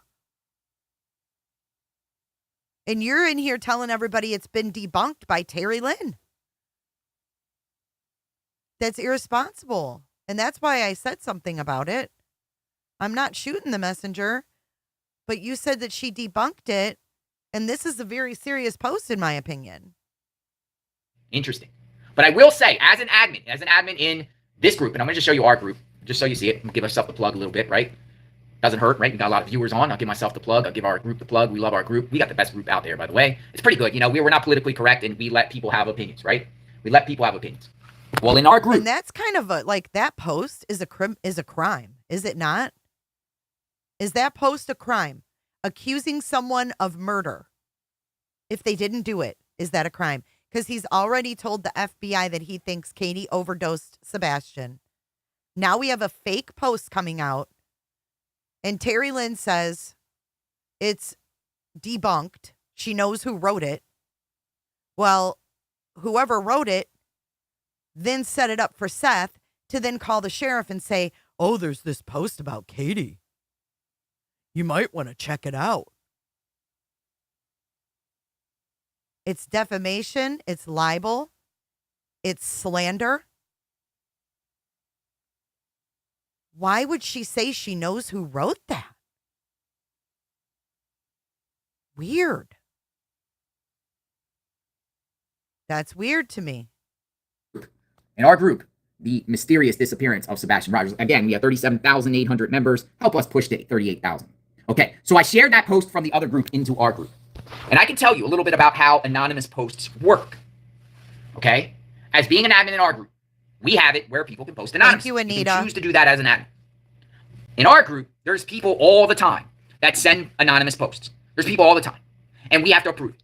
And we have to, approve the posts.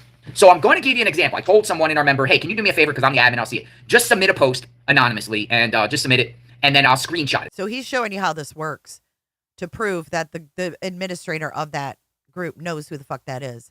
Yeah, is that the same cousin who called in about the mouse on a stick? Remember that one too?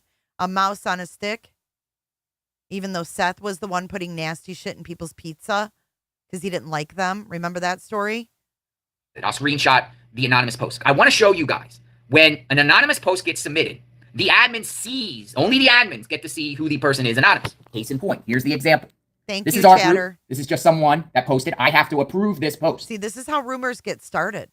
This is how rumors get started, and that's why I talk it through. I'm not accusing Terry Lynn of anything. I'm repeating what's going on in the chat, and we're slowly getting to the truth. She just read it. She didn't debunk it. No, you're fine. You're fine, Merge. I love you, Merge.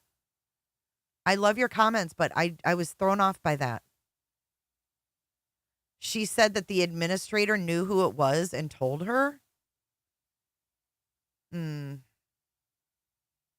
Well, you got it right there.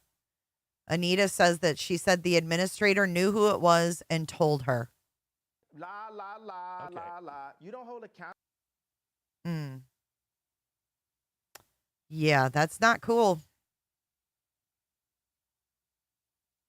Florida cousin. So she knows the administrator of this group, and they told her who said Katie killed Sebastian. Regardless of what you think, you can't say that about people. Oh my God, I can't. This is in our group. Good afternoon. I hope Sebastian is found soon, and I hope he gets the justice he serves. Guess what, folks? This anonymous post comes from Trey Jackson. Wants to post anonymously. So I see who the person is. I can see who the person is. Now, everyone else, the members, just see it as anonymous. So the point I'm making is, folks, is in that group, when you had this supposed cousin, the admins in that group, the admins in the group can clearly see, only the admins in this Justice for Sebastian Rogers group can clearly see who this person is. See, this is nothing but a bunch of games and deflection.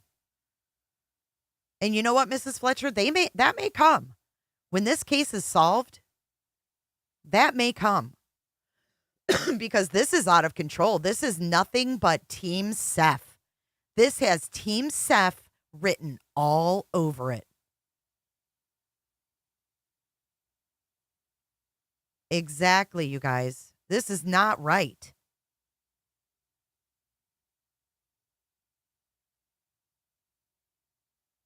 You would think that either the admins are in on some sort of scheme, the admins know it's a troll and they just want to stir the pot, or the admins generally seen someone posting claiming to be Chris Proudfoot's cousin. But the admins in this group, folks, know who this person is. That's not an accusation. They stated it.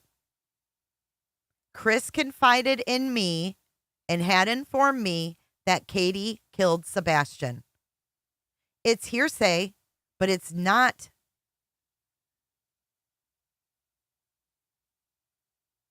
It's not an accusation.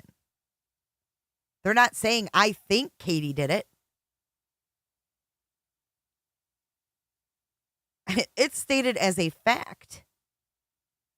The same with the FBI guy saying, hey, Seth told me that Katie overdosed him. And he was mad. Remember, Team Tony was like, why did you say that? Told off Nancy Grace's producer. It's a direct accusation of murder and taking bribes for silence. It's horrible.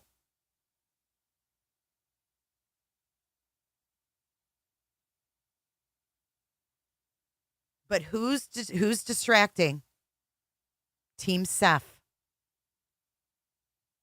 Team Seth. They know. So I would think the admins in this group would inform law enforcement ASAP of who the anonymous person is. for this post, or share. Oh my God, you guys are really getting me today. People are accused of crimes they didn't commit every day in a court of law. It's not a crime to accuse someone. Prosecutors do it every day. No, prosecutors say allegedly. Remember, there's a thing called innocent until proven guilty. This states Katie killed Sebastian, period. That's it. Has nothing to do with courts or being accused of a crime. And people on Facebook aren't DAs. With everyone who made this post.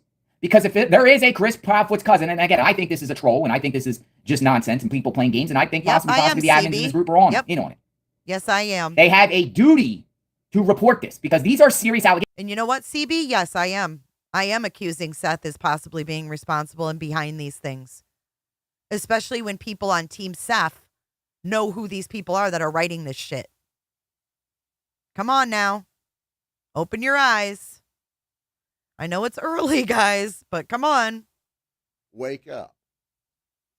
This is someone claiming to be purportedly Chris Proudfoot's cousin, saying that Katie did the most unthinkable against Sebastian. And details. Here are some of the follow-up comments on that post. Funny how Seth is not mentioned in any of this. Seth is totally not mentioned in any of these posts. Anonymous participant on that post says, I wanted to flip over her car. Look at this. The own admin in that group. And this is why I think that they're playing games. Because the admin knows who this person is based on... Yes! Look at the admin is even typing back to them. Bing bang. Total games. Total games. Off the admin seeing who the anonymous participant is. So the admin responds and says, anonymous participant, I am an admin here. Have you reported this to law enforcement? Well, how about this? Sonia, whoever Sonia is, have you reported the anonymous participant to law enforcement? How about that? Right. Because Sonia knows about this post and has been communicating on that post before it was deleted. This admin right here would clearly know who this person is. So is this a game that they're playing and they're all in on it? Or is this a genuine post? Or even if it's not a genuine post, they at least know the name of the person purportedly who said these allegations. I did call. After I posted this, I haven't slept in days. And then this person says, anonymous participant, does Seth know? Or does Seth know? It's Seth knows, but does Seth knows? Guess what, folks? This same post has been made its way to YouTube. I think another... Marilyn, what are you talking about? You thought me and Terry Lynn are friends. Who said we weren't? I don't have anything against Terry Lynn. She has a different view on a case. It's not personal, Marilyn.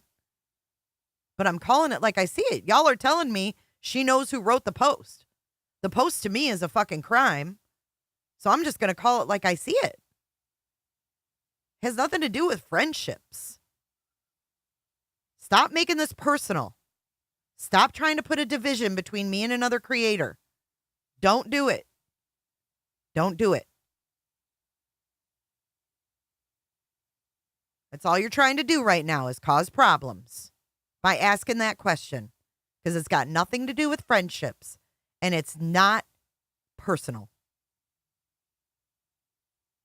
Creator has put it out there. But Seth does know.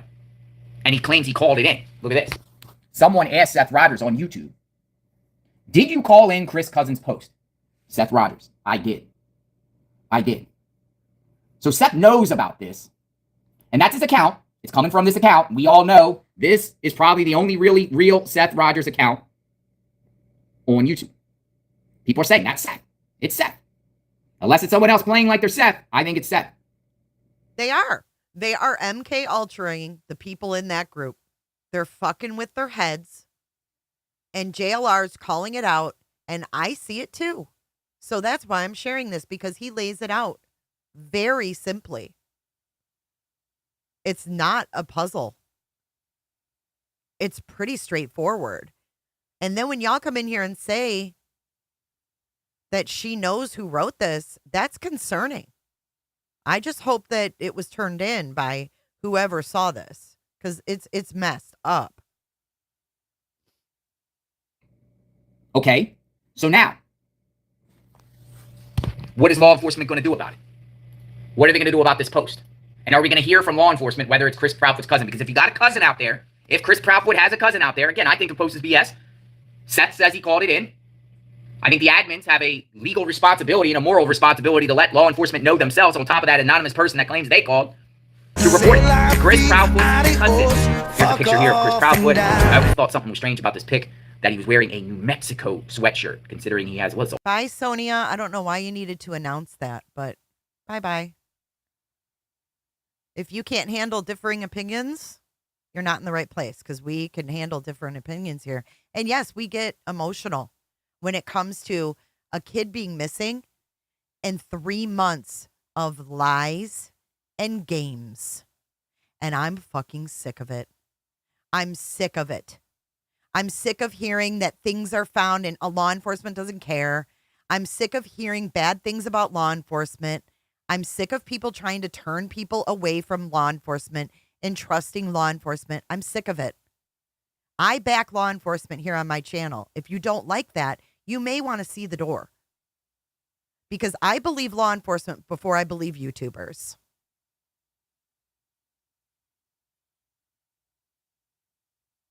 Grow up. We are all adults. For God-ass sakes. This is about Sebastian. This isn't about anybody else. But they're trying to mess the waters even more than they already are. Old post. Yeah, he had a lot of drama going on in New Mexico. Remember this? It's an older, younger pic. This is one of the only few pics out there that are circulating, ladies and gentlemen, where you see Sebastian and Chris Proudfoot in the same pic. Did Katie do it? Like this anonymous person says. Did Katie Lynn Proudfoot do it? Now, people in groups, I don't know. We'll see what happens out of this, because there's specific details. Law enforcement needs to look into that post. Seth said he reported it. We'll see what happens. Exactly, Jess. Let's talk about statistics, shall we, in missing person cases? Because the statistic aspect has been circulating. Remember, folks, Katie Lynn Proudfoot here. IMO, in my opinion, Katie knows exactly what happened to Sebastian. Thank you, Carol. I tend to concur. Again, show your theories and speculations. Dump them in the chat. What do you think she really knows? This is her in her younger days with Sebastian. She and Seth Rogers had a child together. We've been hearing about the CPS flying reports flying back and forth between each other. The drama that, Sebastian was subjected to in her household and in Seth's household, and then eventually in Chris Proudfoot's household. Both in California with Seth and Katie, and Stafford Court, and Hendersonville. But let's talk about statistics, folks. Numbers don't lie. They don't. They always say numbers don't lie. Okay, so he's going to talk about 90% of children that go missing. 90%, you guys, the parents are involved. You guys, it's very emotional when there's a 15-year-old missing and you have people doing things that are false on purpose. We've already had TikTok Tony with the fake Amber Alert. We had the fake tip line that hung up on me and laughed at me, right? The fake tip line, they wanted to take tips from law enforcement. That's pretty serious in itself. Now we have cease and desist. We had Seth wanting your addresses. We have some shady attorney that was doing a reward, but Seth says he can't get a hold of him. Now we have Facebook posts by anonymous posters that certain people say they know who it is, and they're accusing someone of murder. Don't you think enough is enough? Enough is enough with the games. Then we've got people trying to make you not trust FBI, TBI, all the sheriff's departments, the Tennessee Bureau of Investigation, the Tennessee Highway Patrol. You shouldn't trust any of them. But you should listen to a lady with a tight headband who's meditating and hears voices. Make it make sense. Look directly off. I can't with it anymore. What about Sebastian? Oh, yeah, and then we got the Wienergate. We got Ferngate. It never ends.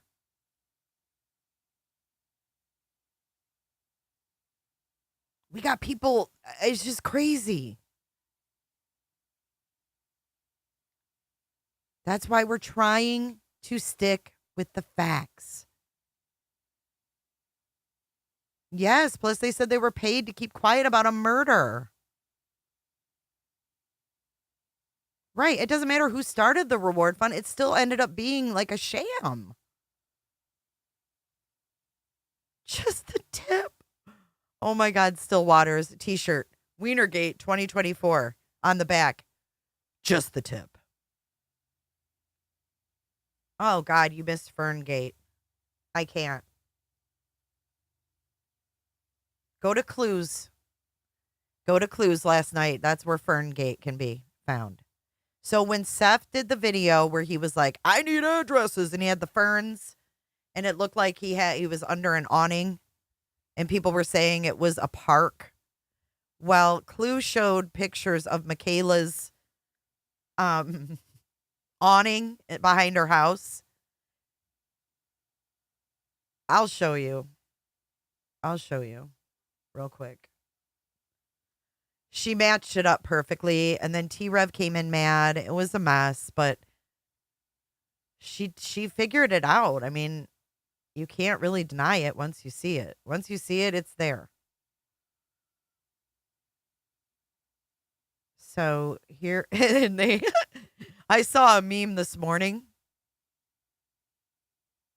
Nadine, if you talk about the tight headband meditator, you lose a testy.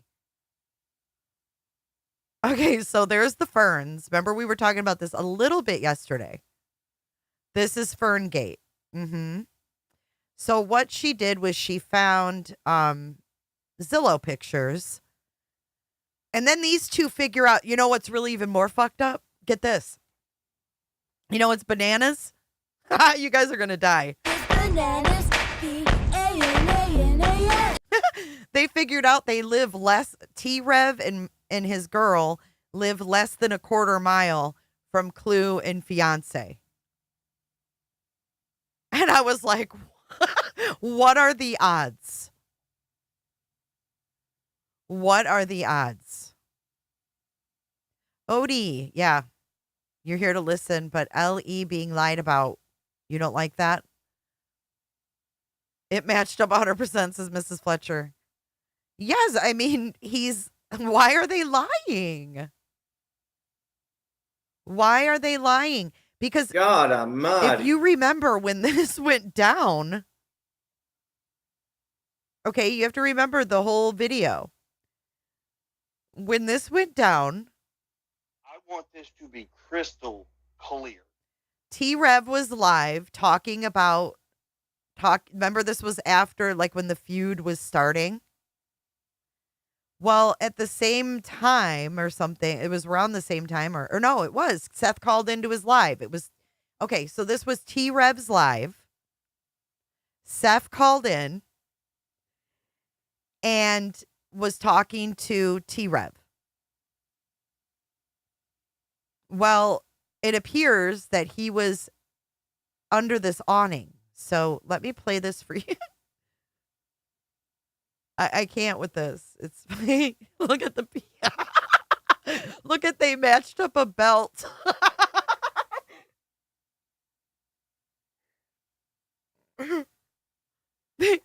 They matched up the belt. Look at this. Oh my God, that's hilarious. Fucking fuzzy slippers and lip gloss. Hey, Daisy. Hey, Mrs. Smith. They don't call her Clue for nothing. Oh my God, the belt. Well, Grammy, I don't know that for fact. Lizzie Bones. What's up, Lizzie? I did. I called with the bananas. What's up, girlfriend? We just got done watching Steve. Amazing interview he did on Websleuths last night. Bananas. Ken says, it looks like I got here just in time. Do you guys think that's his belt, or do you think those are USB ports? I know, I miss Annie too. I miss Annie too. I just don't want to put her business out. You know what I mean? Core.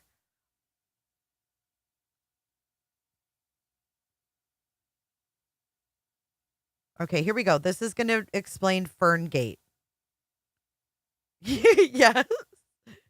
They pulled up that belt.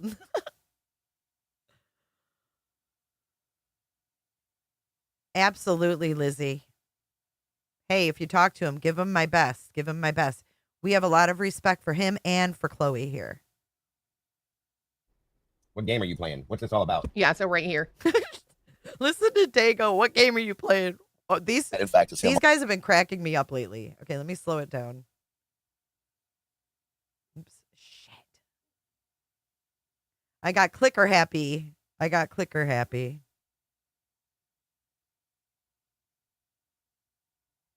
Man, I'll tell you what, that dang old internet, man. Click, click, click, click, click, click, click, click. It's real easy, man. On the back porch of their house. Yeah. 1,000,000%. What game are you playing? What's this all about? Yeah, so right here. What game are you playing? What's this all about?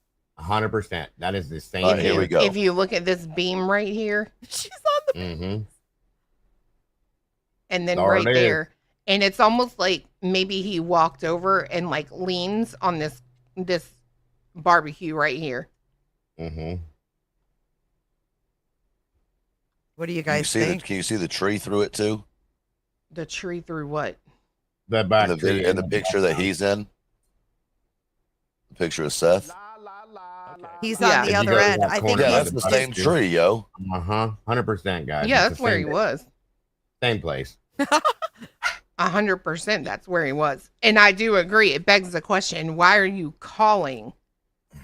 Like, why are you Well, calling in like you're not even there? Like, Right. And he fell off, like he lost service because he was out in the country or something. Like all of it was set up to be deceptive.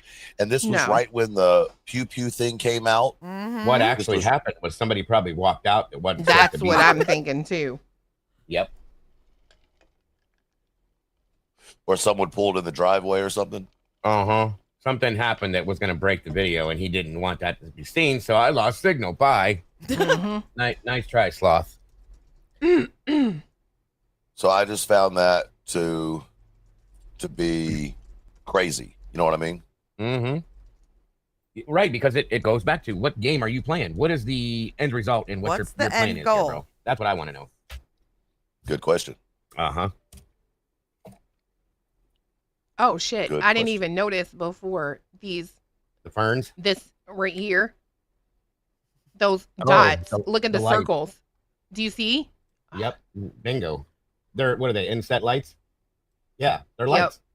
Because Same exact that's shit, the bro. right there they are. That's the one thing I couldn't place. That's what we were struggling with, was those holes, remember? Right. And but looking at it in this view, I can have 1, 2, 3. Yeah. God That's it. You're top, bro. What are you doing? What is this game and what is your end result? That's what I want to know right now. And here's another. Yeah, this is that same picture, but that's another view of it. So he would have been, There's the ferns. Yep. yeah, like leaning, Bing bong. and there's the trees. So 100%. yeah, Busted. Completely busted. like what I'm with you. Like I honestly have trouble when it comes to figuring out what the end goal Right. is. Right. What is this game and what is your end result for this? I'm serious. Like, for real, guys. Something's wrong with this. Yeah, I mean, why would they fake? It isn't irrelevant, though, Mike. Mike, I thought you were going. You said have a good day. I'm just kidding. What do you mean? It's not irrelevant. It's not irrelevant because they faked a fight and there's money involved and guns. I don't feel like that's irrelevant. And plus, this video is when he was asking for people's addresses and stuff.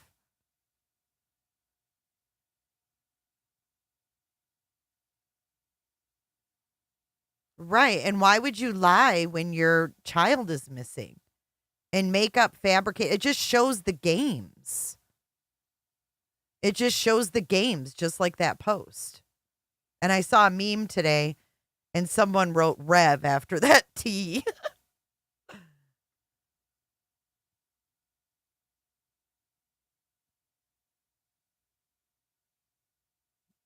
This is where T Rev and his girlfriend Michaela live. And he came in her chat, big mad. He was like, "Why are you doxing us? Pull up over here." Wait, let's see. I think he says it in the chat. Let's keep watching. Way wrong. I don't know if he's there or not. I do find it funny that that trash guy was like, "Oh well, I've done been doxxed. I've done been doxxed. I can go ahead and it's our trash man." Just an FYI, Mr. Caleb Harris, and he definitely said Caleb Moss. They definitely said they stopped picking up the trash that day. Wait, what? What is she talking about? And here's another. Yeah, this is that same picture, but that's another view of it. So he would have been. There's the ferns. Yep. Yeah, like leaning, and there's the trees. So 100%. Yeah, Busted. Completely busted. And Like, you know what my I'm- question is? If you go back to this view, hold on. maybe he walked over and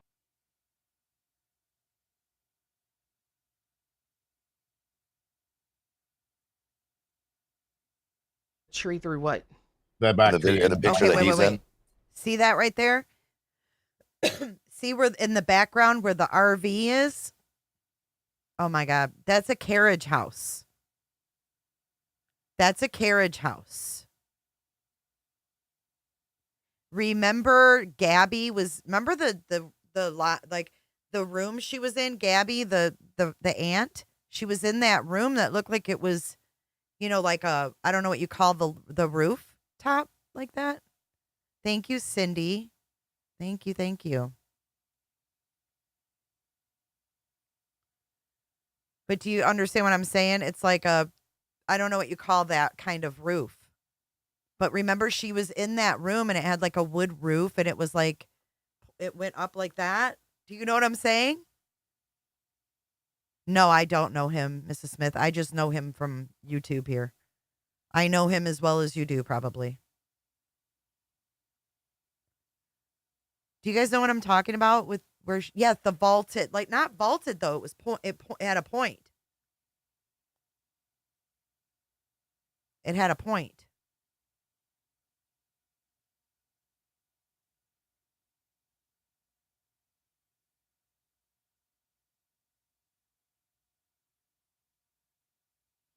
Mike, I'm saying the video they claimed someone is under a car filming a lady with a dog is not under a car but under a deck. You can see the rolled up sunshade and white electrical wire above. Yeah, I don't think it's the same place, do you? I don't think it's the same place. I think that's a deck that was close to the ground, you know? Cathedral? I don't know if that's what you call it. Sloped? Oh my God. Now I'm going to have to pull up the picture of the damn thing. Give me a second. Give me a second. You guys always rope me into this stuff. Always roping me into it. I just had it pulled up last night. Hold on.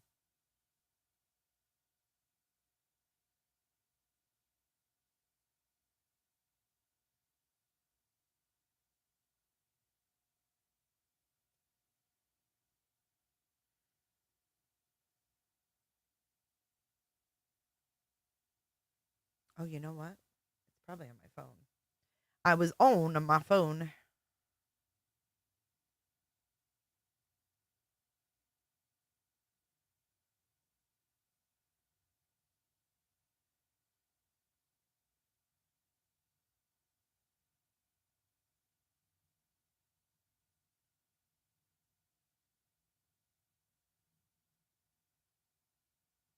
Because I'm thinking, and you guys might think it's crazy, but I'm thinking that roof looked awfully. Let's look. Maybe I can find the inside of the thing. I don't know why they would be like hanging out there, but okay, here. Let me edit this. I don't want to show their address.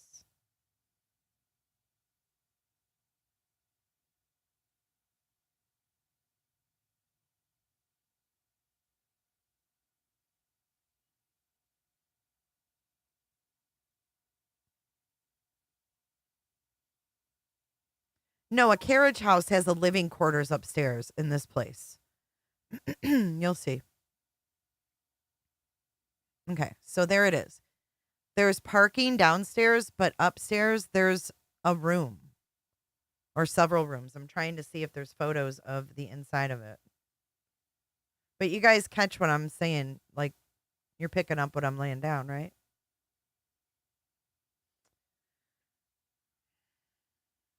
Hold on.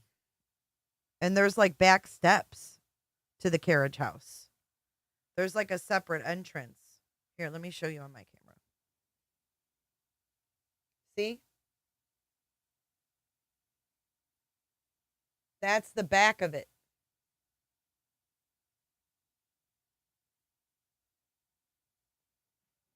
So it's set up like, you know, a living quarters.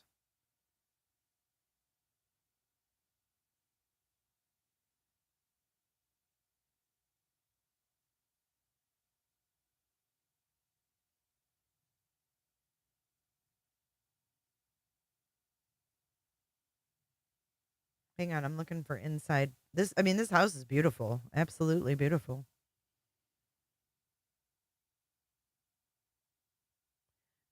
Wow. Okay, so here's another picture of the carriage house here. Look.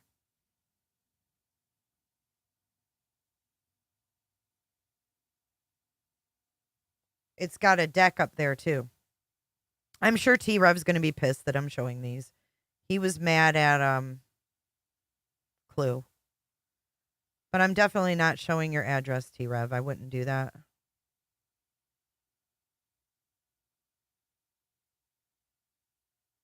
But here's the back with the ferns.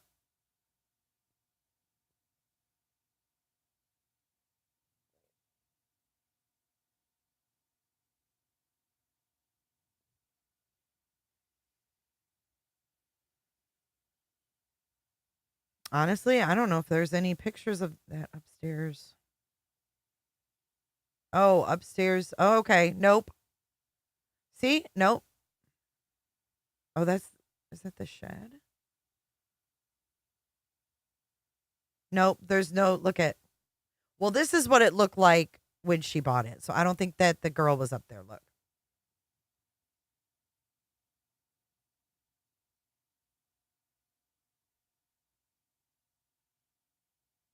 See, there's rafters and stuff. So I don't think that is where that Gabby was.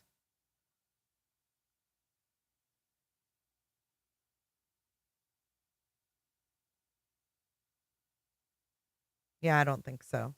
But the back does look like it could be Ferngate for sure. But the thing is, why? You know what I mean? Why? Here's the ferns again.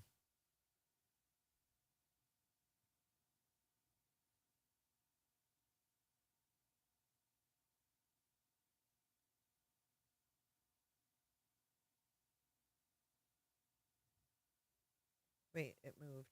Sorry. Here's the fern.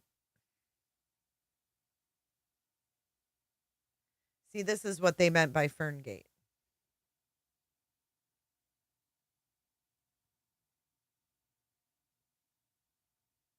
And then everybody was saying, oh, it's a park. It's a park.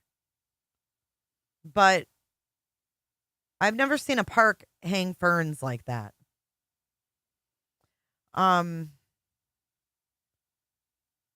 Did he? Huh.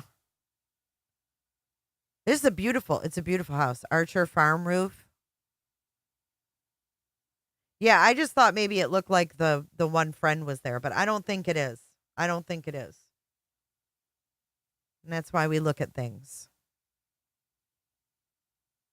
The shot I seen with Seth talking under a deck looks different. Metal beams with holes is not normally used on a house deck. Maybe hangs out at a house in someplace else. But it's not your typical house deck, Mike. That's the thing. This is not your this isn't a deck. Okay, hold on. I'm going to share one more photo. You'll see what I mean with this one. He's not under a deck. It's a pavilion. It's like a literal pavilion. And I would think you would need metal or concrete for a pavilion like this.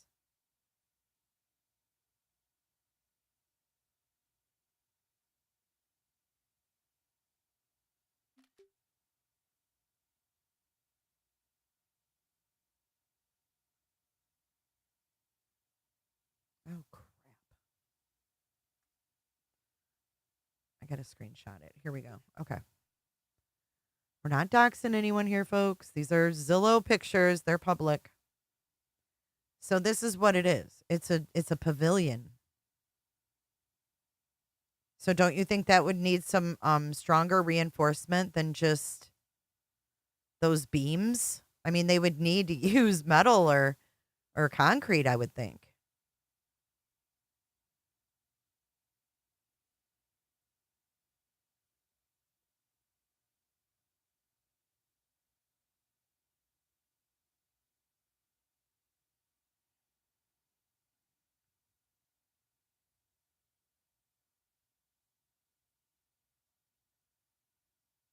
We need Scooby-Dooby-Doo.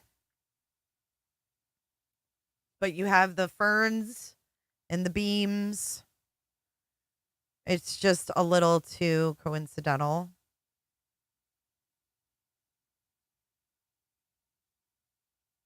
I don't know, guys. I'm just trying to, make my way through the bullshit.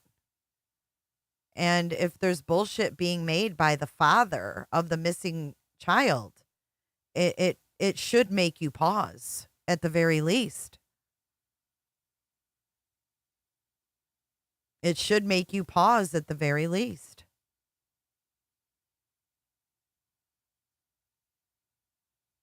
I agree, Odin. I don't know if it's the same place or not. I'm just showing you what they were talking about.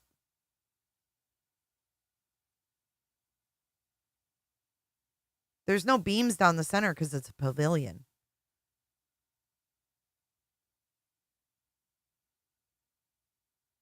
It all connects to the house. I mean, that has to be held up.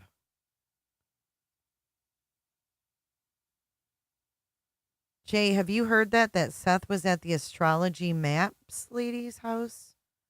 I don't even know who that is. I don't know who that is. Possible arrest in the Rachel Morin case. Harford County Sheriff posted on Twitter. Really, Lizzie?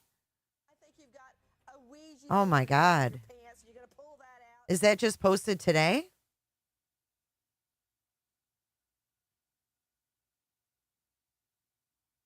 I'm going to go find it. You know how I am on X.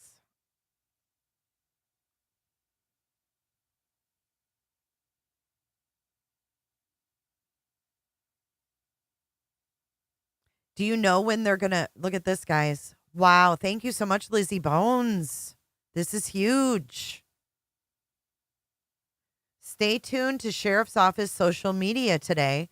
Sheriff Galler will be providing updated information on a major case in Harford County. Additional details to follow.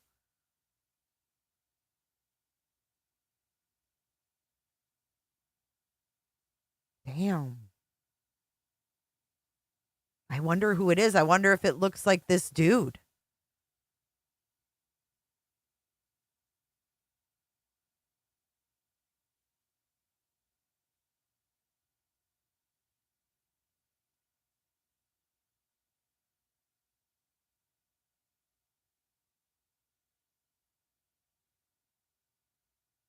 Major breaking news in the Rachel Morin case. There's a press conference at 2:00.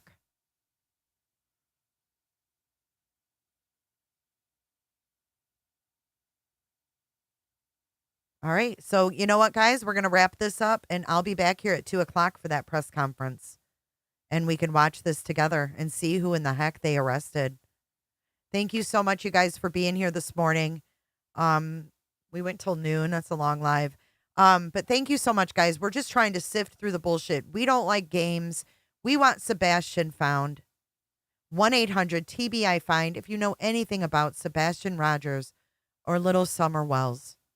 Summer Wells, 3 years today, vanished with no shoes from the Beach Creek neighborhood in Kingsport, Tennessee, or Rogersville, Tennessee.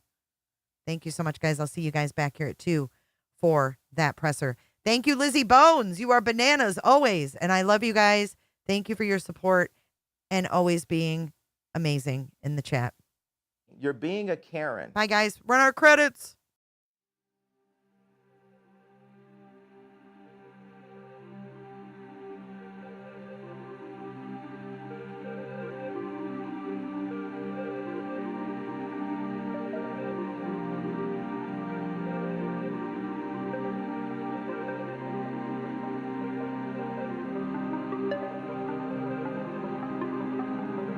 So much for watching. If you enjoyed this live stream or video, make sure to give it a thumbs up and hit that subscribe button so you don't miss out on my latest content.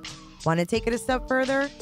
Bring it all in. And join our community clickers by becoming a Patreon or a YouTube member. You'll get exclusive access to our Discord server, special channel perks, and much more. Until then, I'll see you in the next one. Click, click, click, click, click, click, click. It's real easy, man.